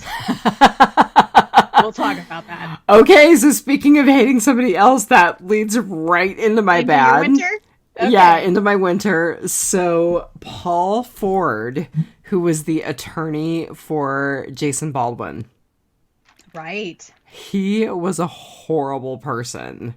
So that talk that he had with Jason at the end. Right? So I'm going there. So the first thing is Okay. he totally threw Damien under the bus when he was like, they're convicting my client just by guilt with association, and Damien Eccles is horrible. Right. And then after that, as they're sitting and waiting for the verdict, he's like, yeah, so what would you do if you had to decide whether or not to convict Damien? He's horrible, huh? And Jason was like, yeah, he was really pretty horrible. Yeah, I think I'd convict him. Yeah, and he was like, kind of makes you rethink who you want to hang out with, right? Yes. Yeah, no, He was not a good human. He was totally throwing one person under the bus for the and I mean I guess that's what you do when you're an attorney. You're paid to get your client off regardless of anything else. But he was not interested in any justice for anyone else. He was solely there for his client. Yeah, I mean, I kind of get his side of it where I mean, really, really, Jason, 98% of his conviction was guilt by association. We will get into that 2%, but Jason was almost not talked about at that trial at all. Right? I was actually shocked by how, so, the first half of the documentary was really about Jesse, and then the second half of the documentary was largely about Damien with a little bit about Jason. Mm-hmm. So yeah, I right at the end, right before the guilty conviction, that conversation that he had with him, I was just like, oh, that's like, it was enough to throw Damien under the bus during the trial. You have to zealously defend your client, basically at all costs, no matter what. That's what you're supposed to do as a defense attorney. So that part I get, but like, he did not need to be like, you really shouldn't be friends with Damien. He's a horrible person. Right. He totally killed those kids. Don't you think he killed those kids? Don't you think he's capable of killing those kids? Like, oh yeah, he was terrible. Yeah, agreed. He was my bad. So what was your road construction, your ugly, and was it good or bad? So my road construction was bad. Okay. Since when do we allow hearsay as evidence in trials? The young girls that testified overhearing Damien say that he killed the 3 boys. The one girl, the defense attorney for Damien was like, well, what did he say before that? And she's like, I don't know. And he's like, well, what did he say after that? And she's like, I don't know. And he's like, did he yell it? And she's like, I don't know. Like, how was she involved? Like, how was she called for that trial? Like, that should not be admissible. That's like hearsay. She said she heard Damien say. Okay. I can say that I heard, the Pope say he killed the 3 boys, but and then there was a second girl who said that she had heard Damien say that he had killed the 3 boys. He planned to kill 2 more and he already had one picked out. I have no idea how hearsay is allowed in trials. Like, I did not think that was a thing. And then you had, what was his name? Michael Roy Carso. He was the kid that was housed with Jason. Yeah, who said that he, overheard stuff? Yes, he said that he was playing a card game or something with Jason, and he asked him flat out if he had done it, and Jason said no. And then in his second conversation with Jason told him all about the murders, and he couldn't quite remember how many kids Jason said that Damien dismembered, but he remembers very vividly what Damien did with the child's genitals and his mouth. Like, it was just like, how are you having this kid testify? And so if you watch the subsequent movies, you will find that Michael Roy Carso recants his testimony, and so does one of the other witnesses in the case. She was the older woman that tried to get Damien on audio. Like, she invited him over to his her house and tried to record. It was a setup by the police. She had told a bunch of stories about Damien and Satan worship and orgies and animal sacrifice and things like that. And like later on, she's like, I totally lied. And so did Michael. Michael said that at the time, and they even talked about this, some of the lawyers and investigators talked about this after his testimony. He was taking LSD and inhalants. And he actually, when he recanted later on, he said that he frequently hallucinated things. And he apologized to the men for his testimony. And he's like, you know, I knew at the time that what I was saying wasn't true, but I was saying it anyway.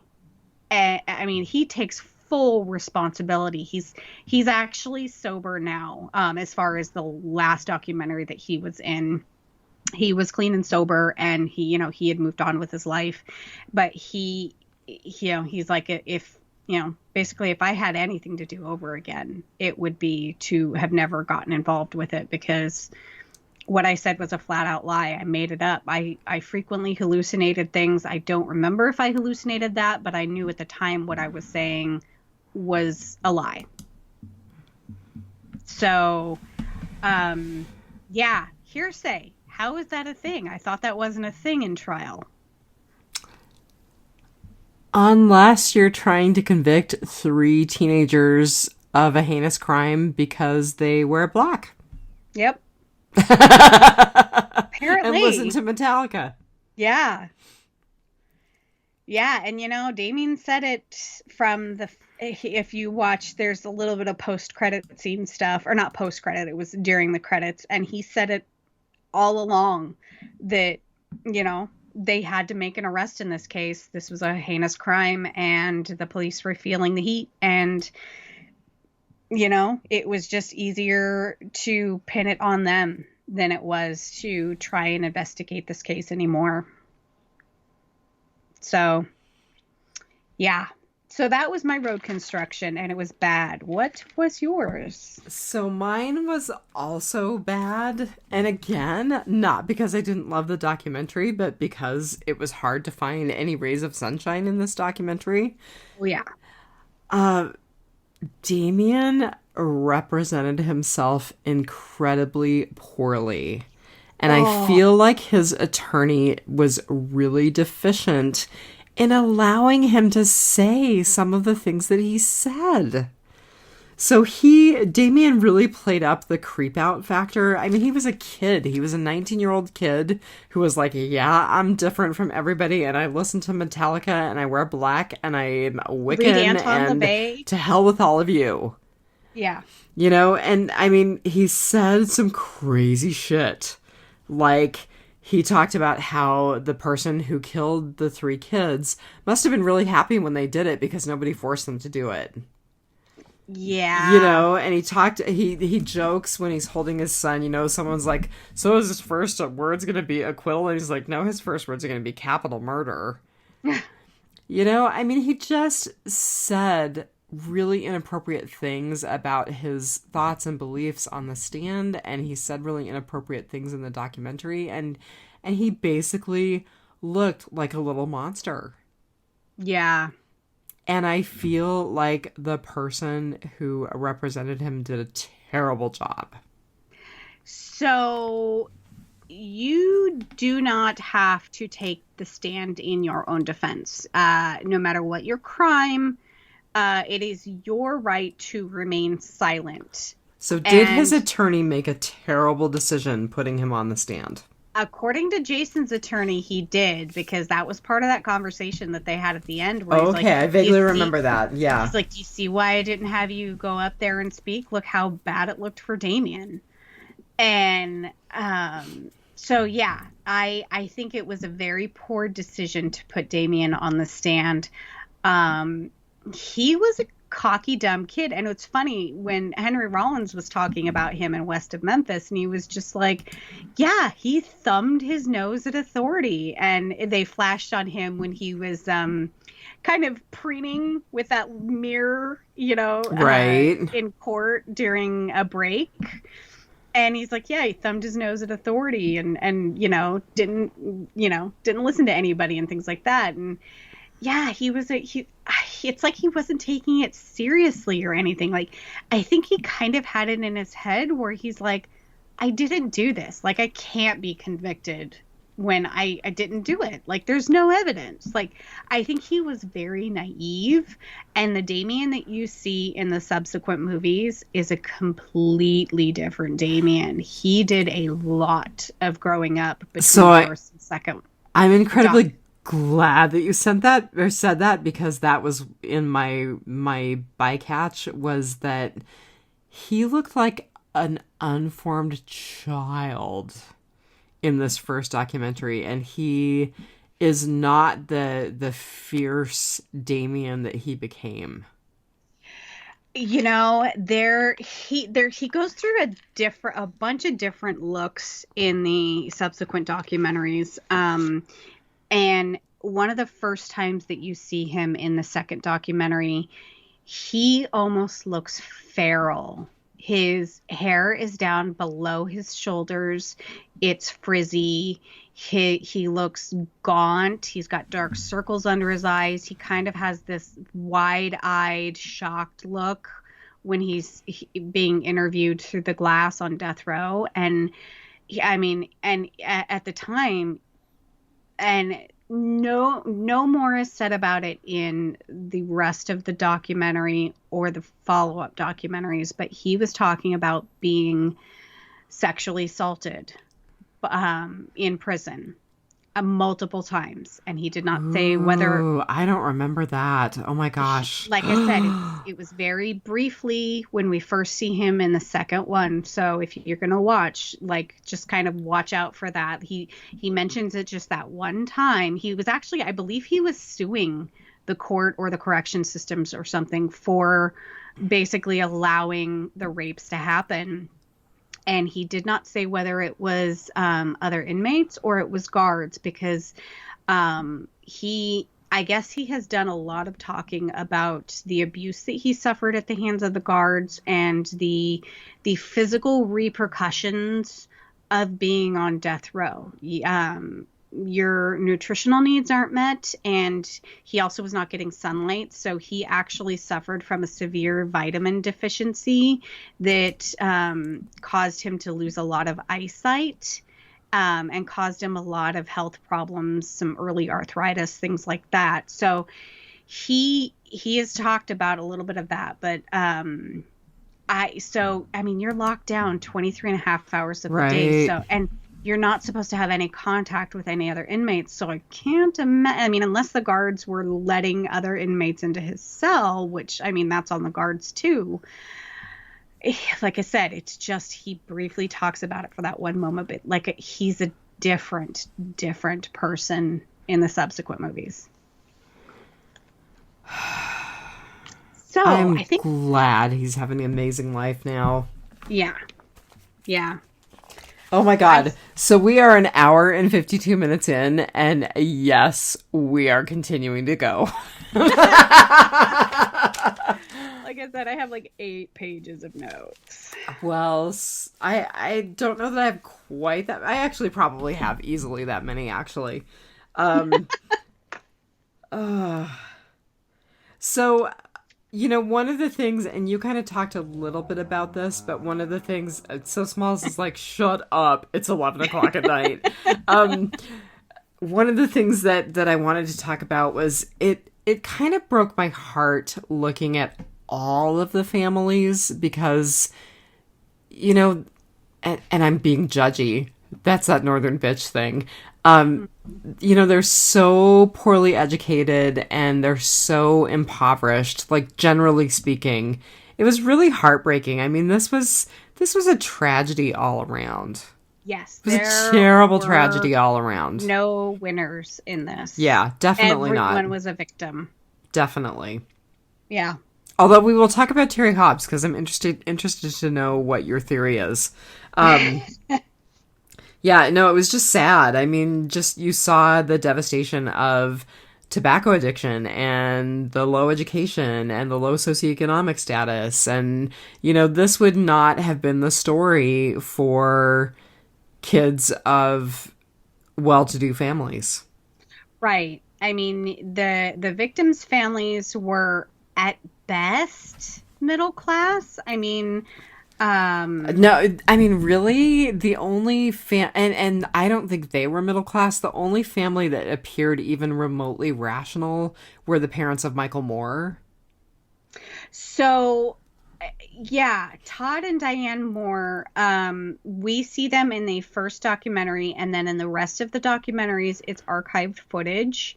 They didn't seem to participate after the first documentary, even in West of Memphis. Like, they were just, I think they were the ones that we saw in the parents support group too. Are they still living?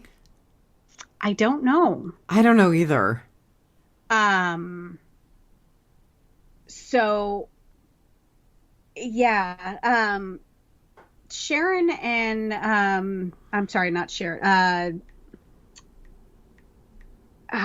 John Mark Byers and his wife, Melissa. They did have a pool, but it seemed like after their son was killed, it was like it took such a toll on them that I think that's when because he taught and like okay. He talks a lot in all of the documentaries, and he gives a lot of conflicting stories. So just take whatever he says with a grain of salt. But he says that his wife was a heroin addict before they got married. Like his priest or whatever. She looks pretty dang unhealthy. I'm not gonna lie. Yeah. So his priest or whatever told him, you're basically, you're going to have a demon in this relationship, and it's going to be her addiction, and it's never going to work. You shouldn't marry her. He seemed to love her. He proclaims his love for her all the time. And, he did not do well after her death, on top of the death of their son. And, so his socioeconomic status seems to go down a lot. I kind of have a feeling that he wasn't employed because he seemed to have a whole lot of time on his hands. Right. Like he was making like science fair poster boards of like whether or not Terry Hobbs was guilty by the end of it. Like he had all of this like for and against on this poster board, and I'm like, wow, you have a lot of time on your hands. Says the woman who just watched 10 hours of television. But yeah, so I mean, at best they were maybe lower middle class, but I'm not even going to say middle class. I'm not going there. The defendants' families were all very lower class. Yeah. Like I said, Damien said it, and I grew up in trailers, so trailer park trash. Yeah, no, you and me both, girl. Yep. We were there. Yep. Like I said, I think that's probably why, other than being a baby murderino, I think that's probably why this documentary hit me so hard at such an early age, is because in 1993, were very much those kids. Yeah, in 1993, I was 13. So I was between the 8-year-old victims and the 16 to 18-year-old defendants. So, and I was a weirdo. Still am. All right. Another thing that I was going to bring up. Sorry, you sounded like you were ready to start speaking. Go ahead. I forgot to mention it in Housewives Weekly, but I started a podcast and kind of fell off, and I probably need to go back and finish it. So there is a Canadian podcast called Uncover, and season 6 was all about the Satanic Panic, and the Satanic Panic actually hitting a small town in Canada. I have listened. Yeah. So if people are interested in the whole phenomenon of Satanic Panic, and I think you might talk about a YouTube video that you sent me, This is Did you watch the important. entire thing? Oh God, it was horrible. And I actually remember watching the segment where he's like touching the girl who's faking being dead with all of the pentagrams painted on her body. And I was like, okay, that was squicky the first time I watched it. And it's even worse now that you suggested that perhaps he was just doing it to touch that dead girl. Yeah. Yeah. So The naked dead girl. If you just type into YouTube, I think it was a police training video from 1990. Yes, police and by the way, the video guy who narrated it had the worst mullet I've ever seen. Oh, yeah. The worst. It's amazing. But like, it is like Joe Dirt amazing. Yeah, it was like Billy Ray Joe Dirt. Yeah. Yeah. So half of it is this guy going through and talking about signs in your area that there is satanic activity, and it's like what graffiti you should look for, and oh look, here's a noose with blood on it in a children's park. And by the way, all of these idiots totally conflate Wicca and Satanism, which we'll talk about, but go ahead. Right? Yeah. And then the second half of it is this old dude who has this like 16, 17-year-old girl laying like on this like inclined slab, and she's in this like checkerboard bikini. Thank you. Why would they choose that? Okay, right? So first of all, why would they choose that and not like something where it's like, okay, don't look at the bikini, look at the dead girl. Right? Right. Could have had the sterile paper drape over the breasts and the hip area. Right. But like he's like touching her stomach where this here's where the pentagrams would be on her breasts. Yes, and then like there's and like even down to her ankle, he had to do a foot fetish thing and be like the pentagram on her ankle, like, and he's touching her like a lot. Yeah, it's terrible. Go watch. You may have to post the link on Housewives. Yeah, terrible. Yeah. This kind of leads into a satanic panic question that I have for you, because this really came up in Jesse Miskelly's trial. Where did he come up with all of the, we had orgies and there were baby sacrifices and there were animal sacrifices? Was it all just satanic panic stuff? Where did he come up with all that stuff? Okay, so did you read his statement, like I skimmed through what you sent me, and I remember having looked at that before, and for people who don't know what we're talking about, there is actually a transcription of Jesse Miskelly's statement to the police, and then in red it has, this is wrong, this timing is wrong, this time frame is wrong, this didn't happen. Yeah, because he said like the boys skipped school that day, and in red it's like no, they were confirmed to have all attended school that day.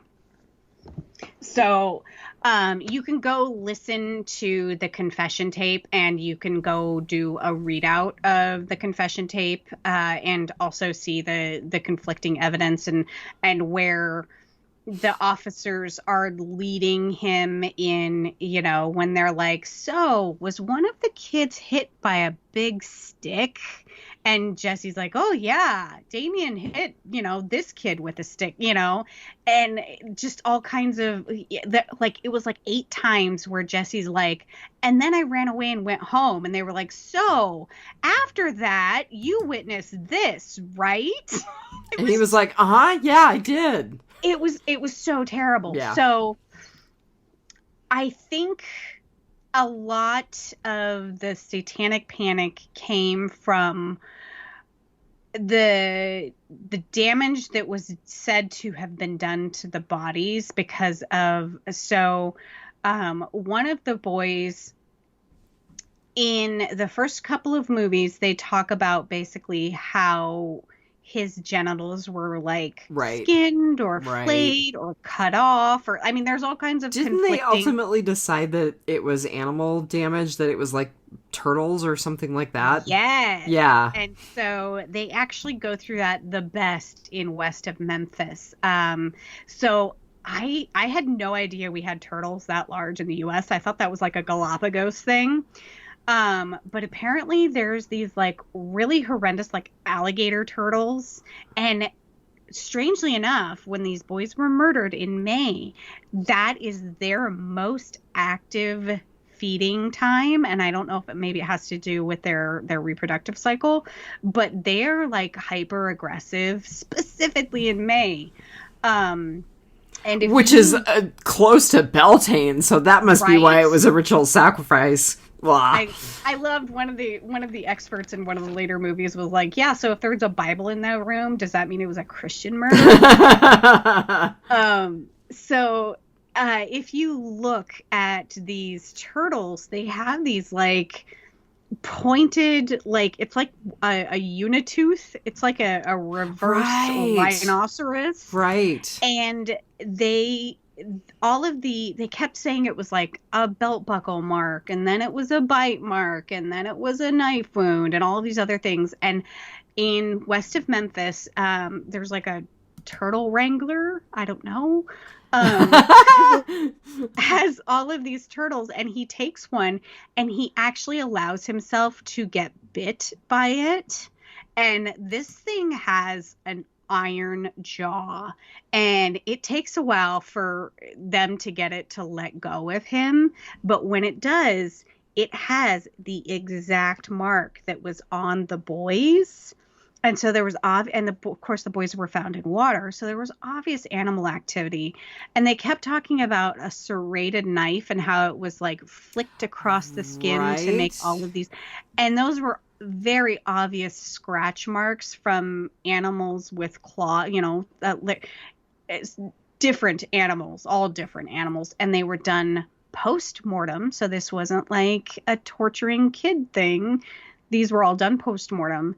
And so you hear about all of this expert testimony throughout all of the trials, and all, and it all conflicts with each other, and none of it seems to be right until the very, very end. And it's funny. So the medical examiner that we see testify in the case, his name is Dr. Frank J. Peretti. He is actually the assistant medical examiner, and he failed the ME exam twice and did not elect to take it, because you can take it up to 5 times apparently. He elected not to take it a third time, quote unquote, for personal reasons. And a book that he cited in the trial was written by a medical examiner in somewhere else in the state, that they actually bring him in to the movie West of Memphis. Peter Jackson consults with him, and they talk about, and the guy's like, no, that's not at all like what happened to these kids. That is very obviously post-mortem animal activity. Like, none of that was done through the knife. And the animals that feed in those waters, whether it's, this particular type of crab or these turtles or any of these things, feed on soft tissue first. And he's like, not to be, weird, but they feed on the dangly bits first. So all of these people that kept saying that it was going to take so much precision to dissect the genitalia, and that, we can see here that it took some time and skill and precision and a very sharp instrument. No, a turtle bit it off. I shouldn't be laughing. I shouldn't be laughing. Bad, bad, bad. After that, the next thing that they go to are the tip of the nose, the lips, and the ears, because still, again, soft tissue. It's not like they're having to bite into a thigh or stomach or anything like that. And it's not like it's a hard bone like a finger. They're going for soft tissue. And so a lot of the testimony that there was an oral assault and that's where those wounds came from. Nope. Again, turtles. And when Jesse says that Damien, pulls one of the kids up by the ears and that's where those came from. Nope. Again, soft tissue damage from animal activity. Just all of these experts kept getting it wrong over and over. And it was different experts. And I mean, I don't know how many of these people got their PhDs from 1-800-DIAL-A-DOG. Okay, I'm glad you went there, because that's where I want to go next. Good. Yeah, no, okay, so I don't remember his name. Maybe you do. The Satanism, the occult expert who was horrible.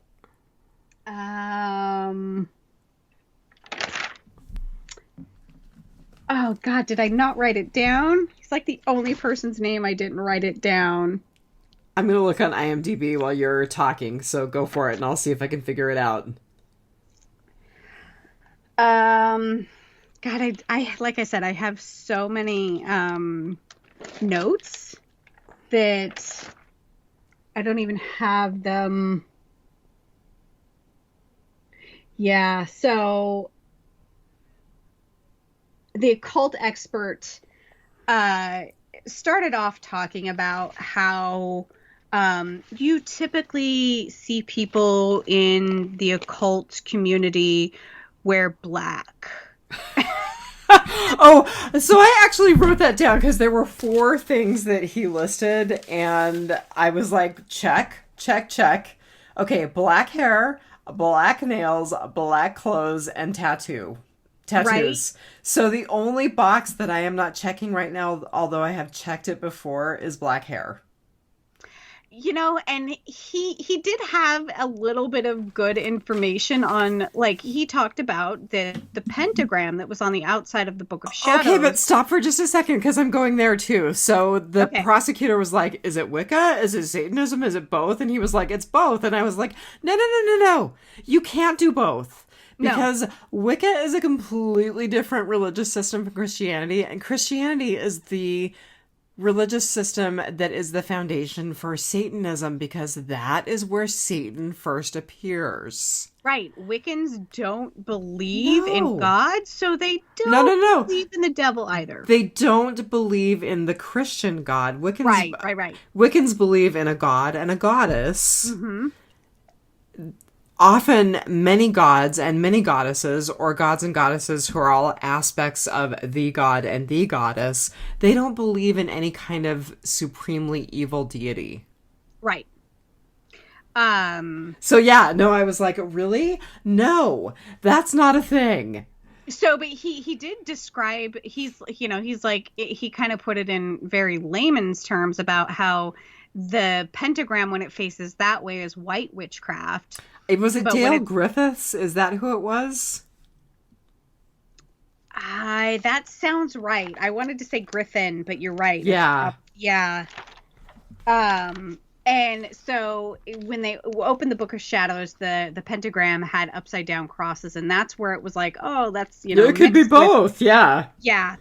And I love how they pointed out that he had more library books, and I believe they were even school library books about occultism. And I'm like, okay, so he checked some books out from the library, like. Yes. How can you? Dale Griffiths, after gaining notoriety as a ritual abuse expert, Griffiths.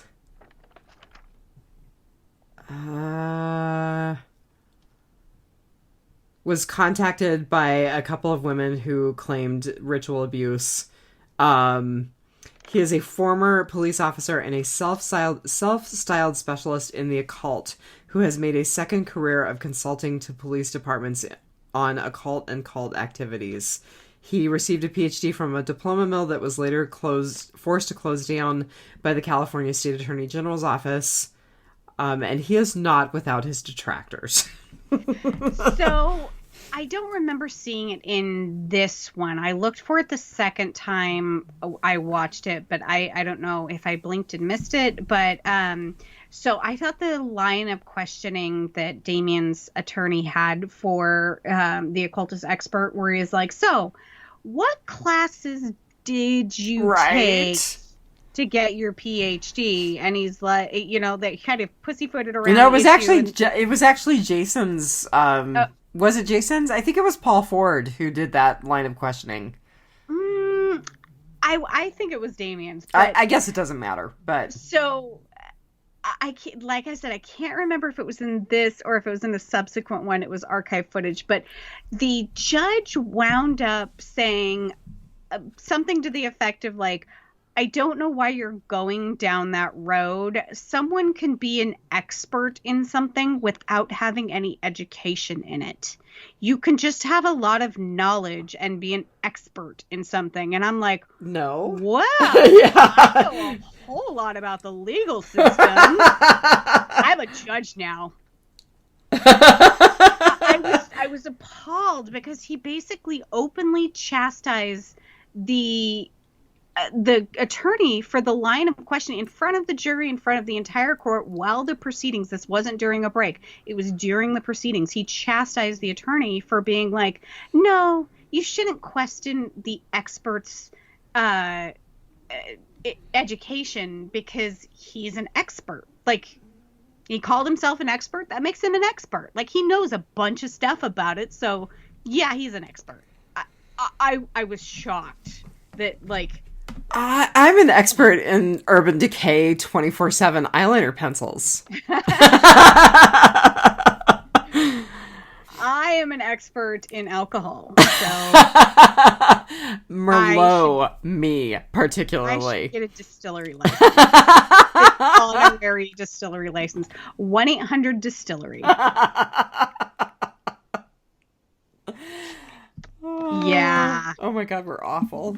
F that guy. Yeah, we totally shouldn't be laughing at this horrible, horrible situation, but yeah, F that guy, I agree. So, like, in 93, 96, around this time that this happened and this documentary was made and released, people really did not believe that there were such things as like false confession and wrongful conviction and things false like memories.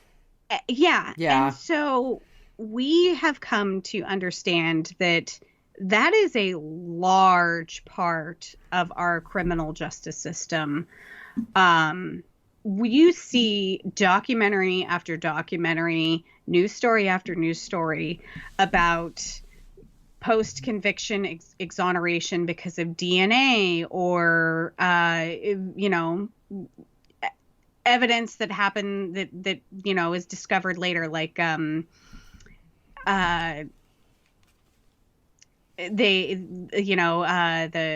they've thrown out a lot of fingerprint evidence now because of the way fingerprint evidence used to be done. And there's a lot of different schools of thought surrounding just how individual fingerprints are.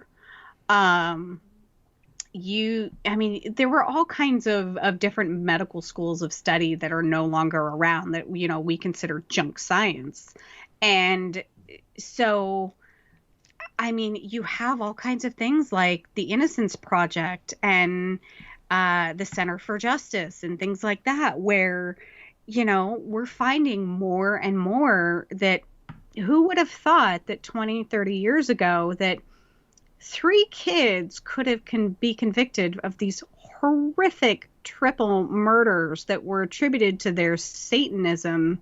It is laughable. Like, if it weren't true, you couldn't have written this story and had Hollywood buy it. They'd have been like, no way. There is zero evidence that these kids did this crime. Like, there is no physical evidence. There is no eyewitness testimony other than the forced confession.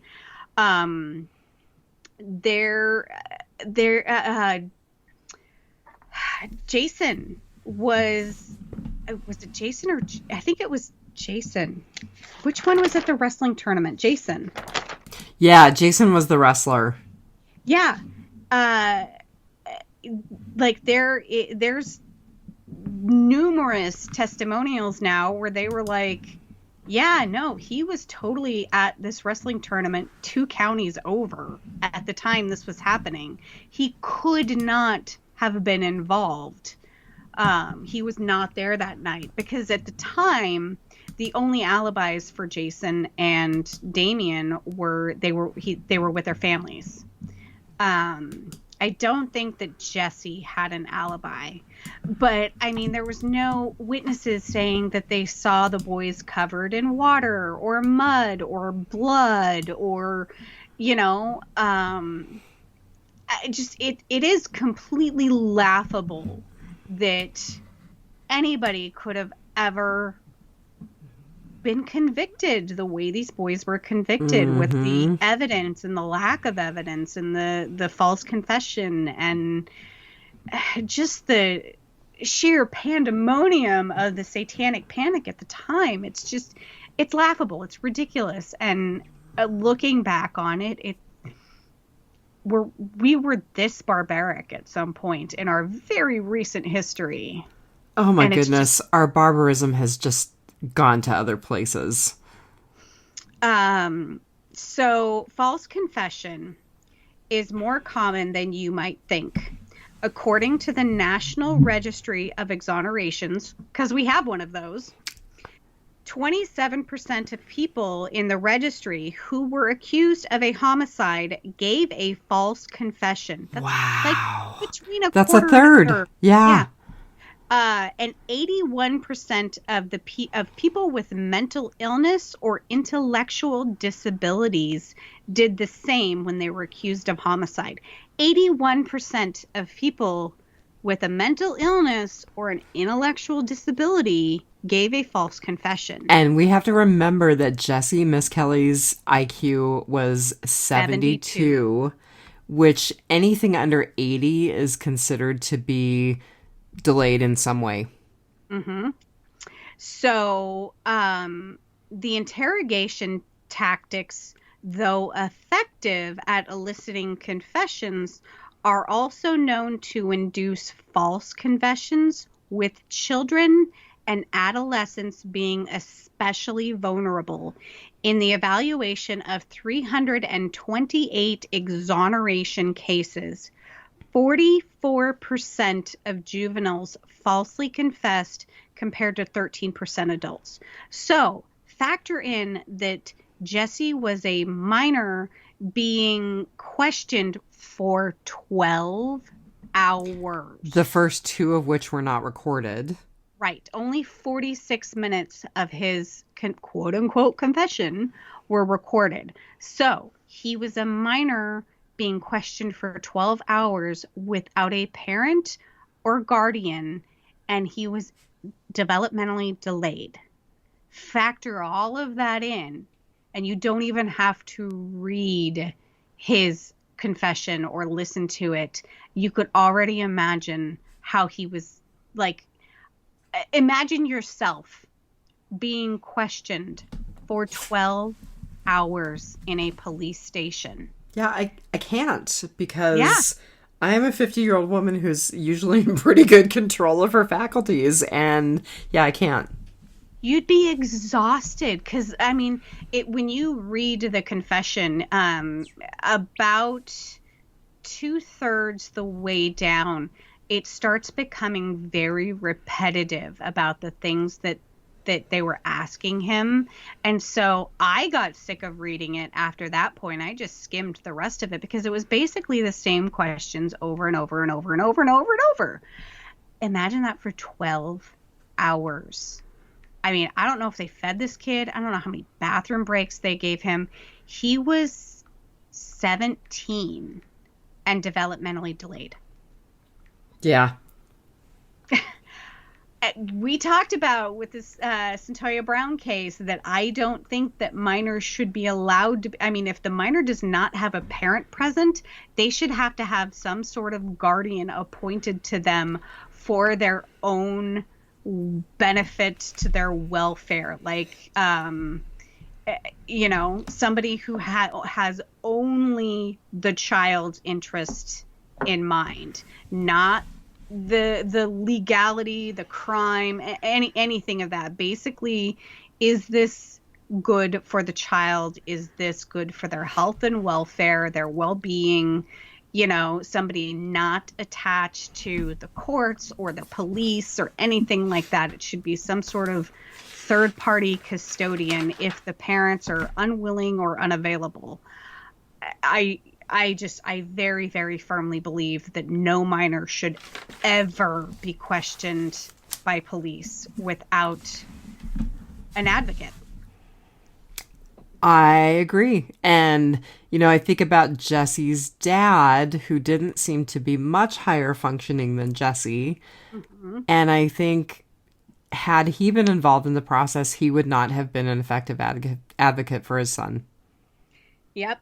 And anyone who out there who has watched The Making of a Murderer case with Brendan Dassey is very, very familiar with this sort of thing.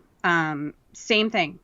Brendan Dassey was questioned for, I don't even know how many hours. I think it was around 10.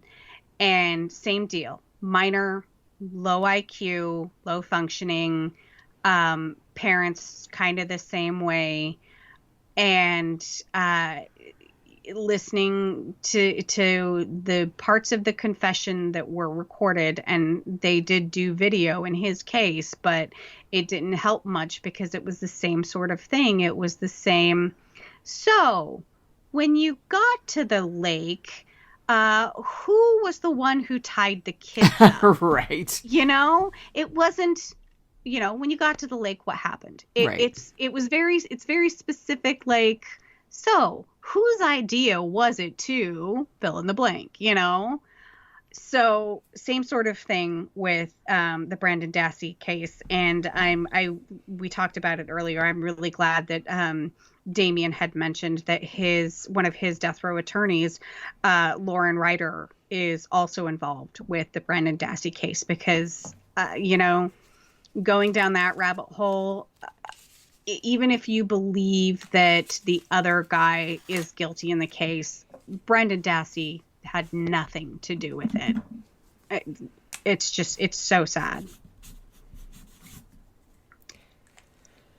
Well, I may have the podcast ending question, but this ends up being, all of these years later, the ultimate whodunit. Who did this? Was it a random person? Was it ultimately Terry Hobbs? Who killed those three boys? So I would like to take a page out of Damien Eccles' book and say that I would not want to accuse somebody of this horrific crime like they were accused of. But if you watch West of Memphis, $2.99 on Amazon, rent it in standard definition, not high definition. It'll be $2.99. West of Memphis, I'm pretty sure you will be convinced that Terry Hobb committed these crimes. Now I really need to go back and watch it. Yeah, like I said, if you only have time to watch two, watch the first Paradise Lost and watch West of Memphis. And that goes kind of back to my bad, where I originally thought it was Byers who did it, and they did not hone in on Terry Hobbs at all in like the first two movies. I think it was the third movie by the time it rolled around to him. And when you have the benefit of watching the first one over again and you watch Terry Hobbs, you notice that The man is completely flat. He has no emotion. And when Pamela Hobbs runs out of the court when the crime scene photos are being shown of the boys, and she's like, I can't have that in my head forever, and she's sobbing, and the reporters are questioning her and everything. Like, Terry has no emotion. Like his face is a mask. And like, when you have the benefit of knowing all of the things that they talk about in West of Memphis and all of the evidence that points to him, going back and seeing him before anyone thought that he could have been a suspect, it's almost like seeing a predator in the wild. You know, you have the benefit of being able to sit back and look and understand that, yeah, there's something wrong with that guy. And in questioning in the later movies, so he actually sued Natalie Maines of the Dixie Chicks. Oh, yeah. And Natalie Maines was actually heavily involved in Free the West Memphis Three also. Right. So she was at one of the rallies at the Capitol for the West Memphis Three, and she spoke about the boys. And I didn't like, I don't know why he sued her. He sued her for some sort of defamation. And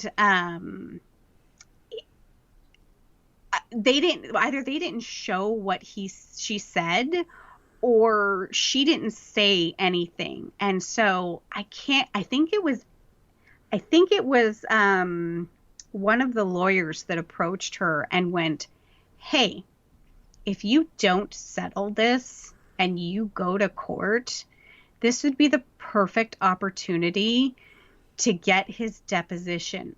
We can ask him anything because it's a civil trial. I remember that. He does not have the right to remain silent. We can depose him. He has to take the stand and testify. And so that's exactly what they did. Is he opened that door and they stampede through it. The questioning that they filmed in the deposition is so damning. Like, it's not only damning to, like, that he probably killed these three boys, but he was a terrible person. He was really abusive. One of his stepson basically has a sister, Amanda, and you see a lot of her in West of Memphis. And it sort of sounds like there was some sexual abuse involving the two children at the hands of Terry. And the sister Amanda is a very heavy drug abuser now. And she allowed them to film some of her therapy sessions. And it kind of sounds like she probably started doing drugs. Like, in the beginning, kind of sounds like she started doing drugs because her brother was murdered in this, like, horrific fashion. And right. Like, there's all this,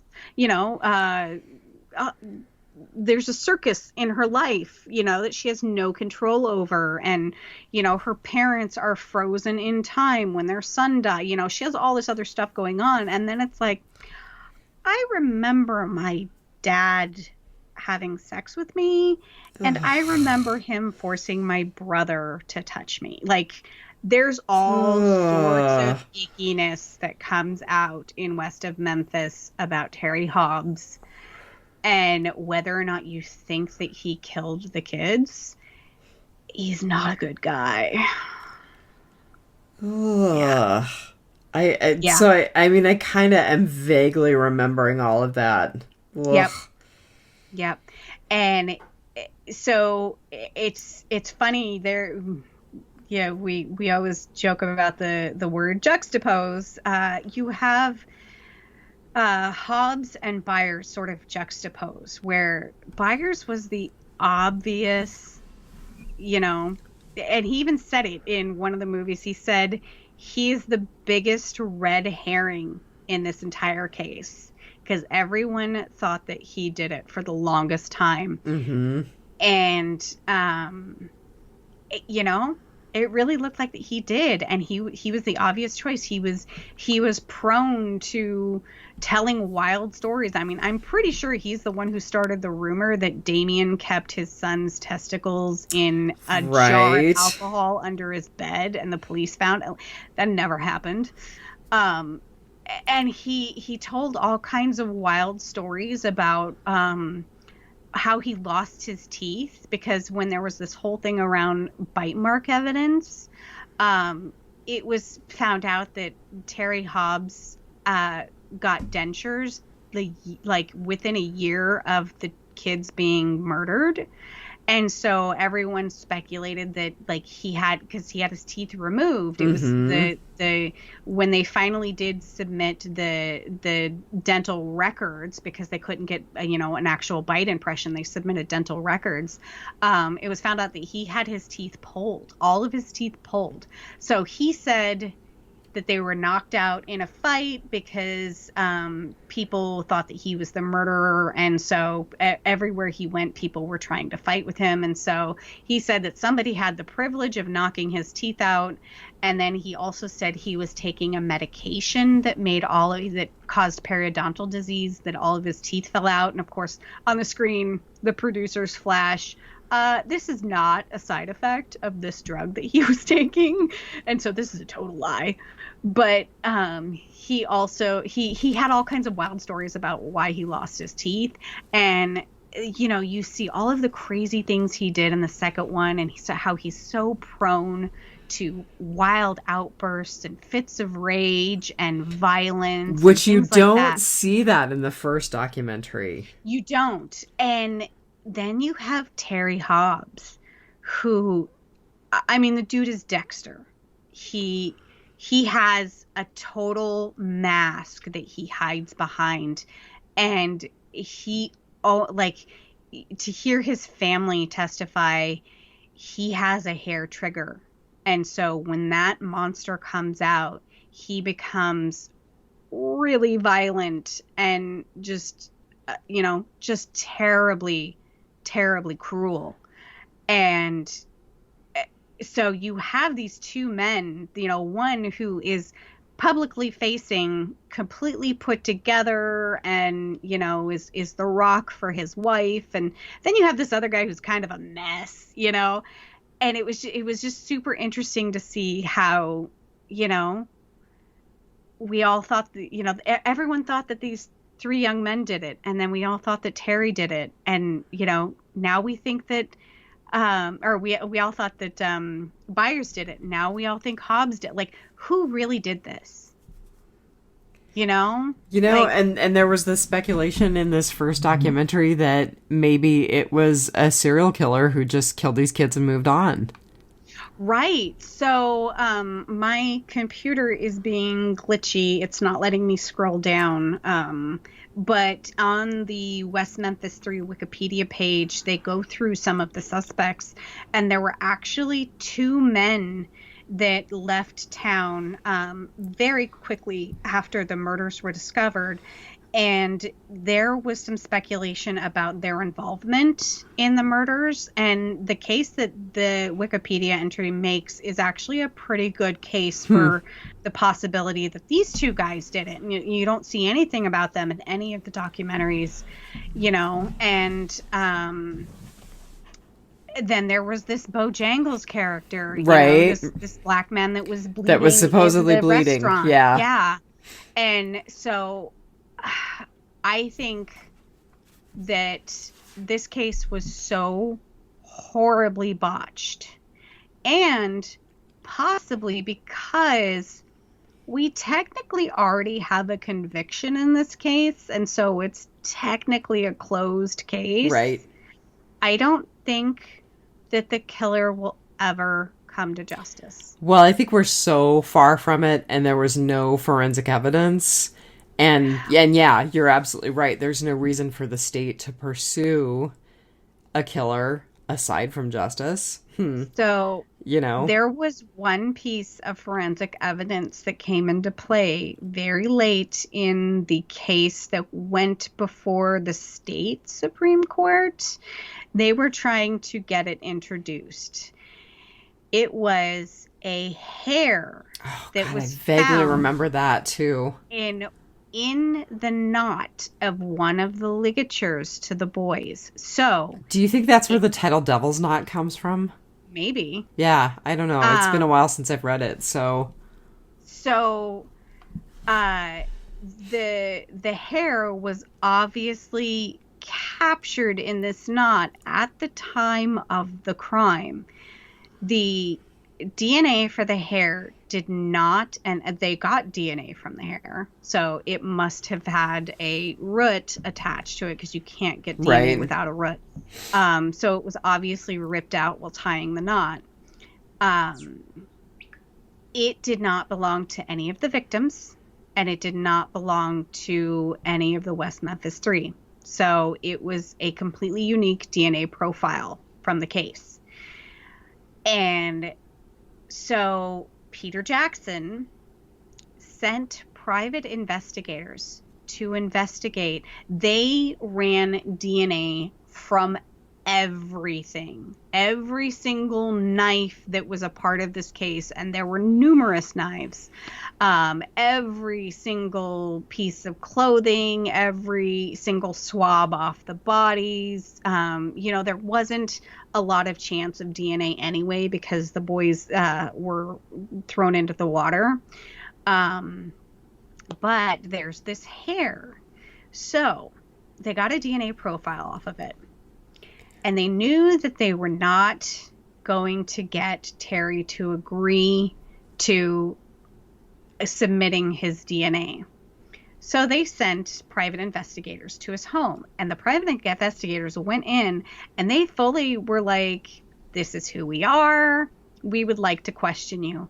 And they said that he said, I've been expecting you, and invited them in and sat down and had a very long chat with the private investigators, and never admitting to anything. But at some point, he excused himself to go to the restroom. While he was in the restroom, one of the private investigators took cigarette butts out of the ashtray that he had, and they tested them. And it was a perfect DNA match to the strand of hair.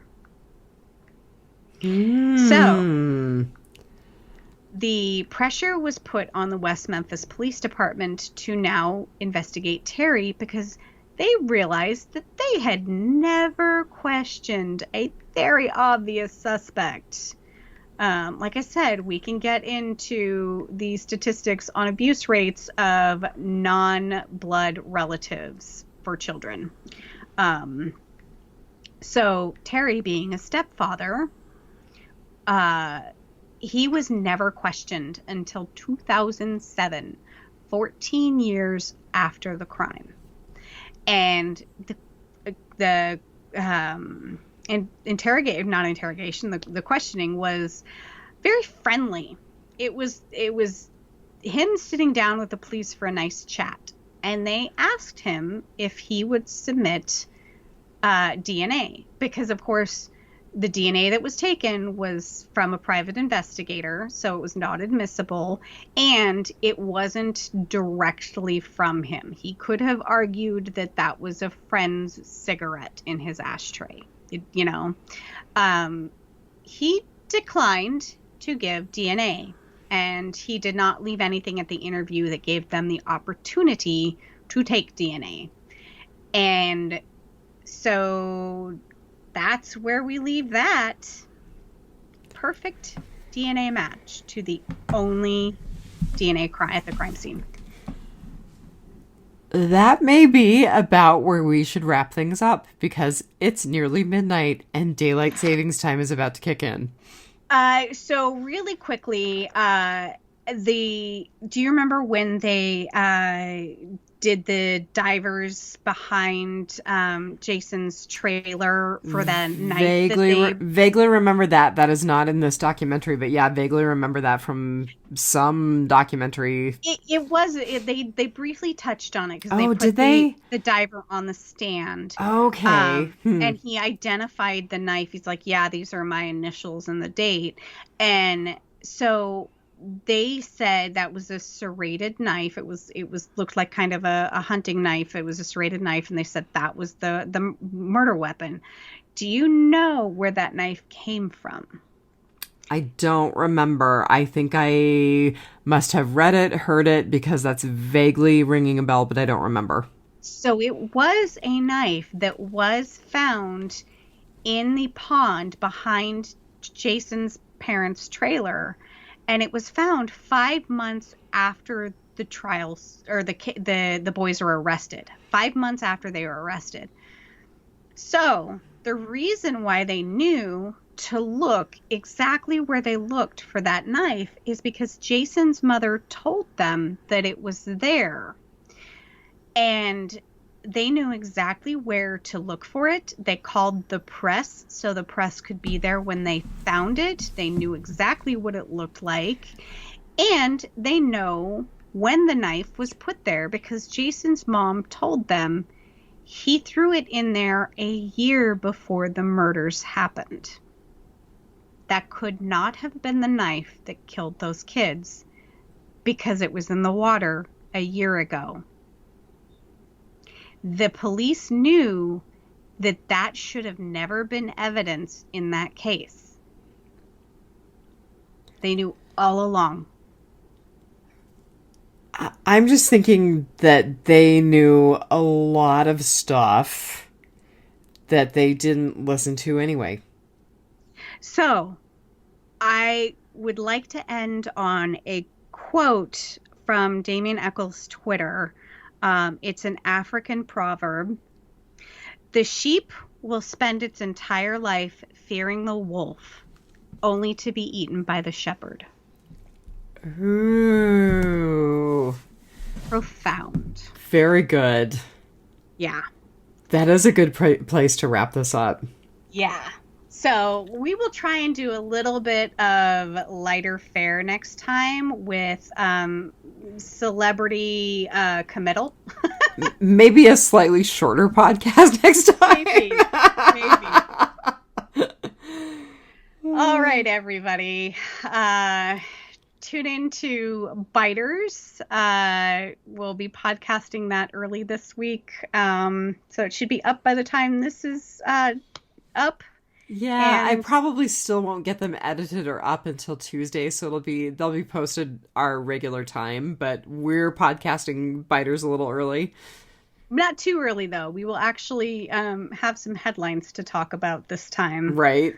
Yeah. So, I guess until next week, you girls watch out for those weirdos. We are the weirdos, mister. Definitely are. We definitely are, and we're in good company. Very proud. All right, everybody. Have a good week. Have a good week. Bye. Bye.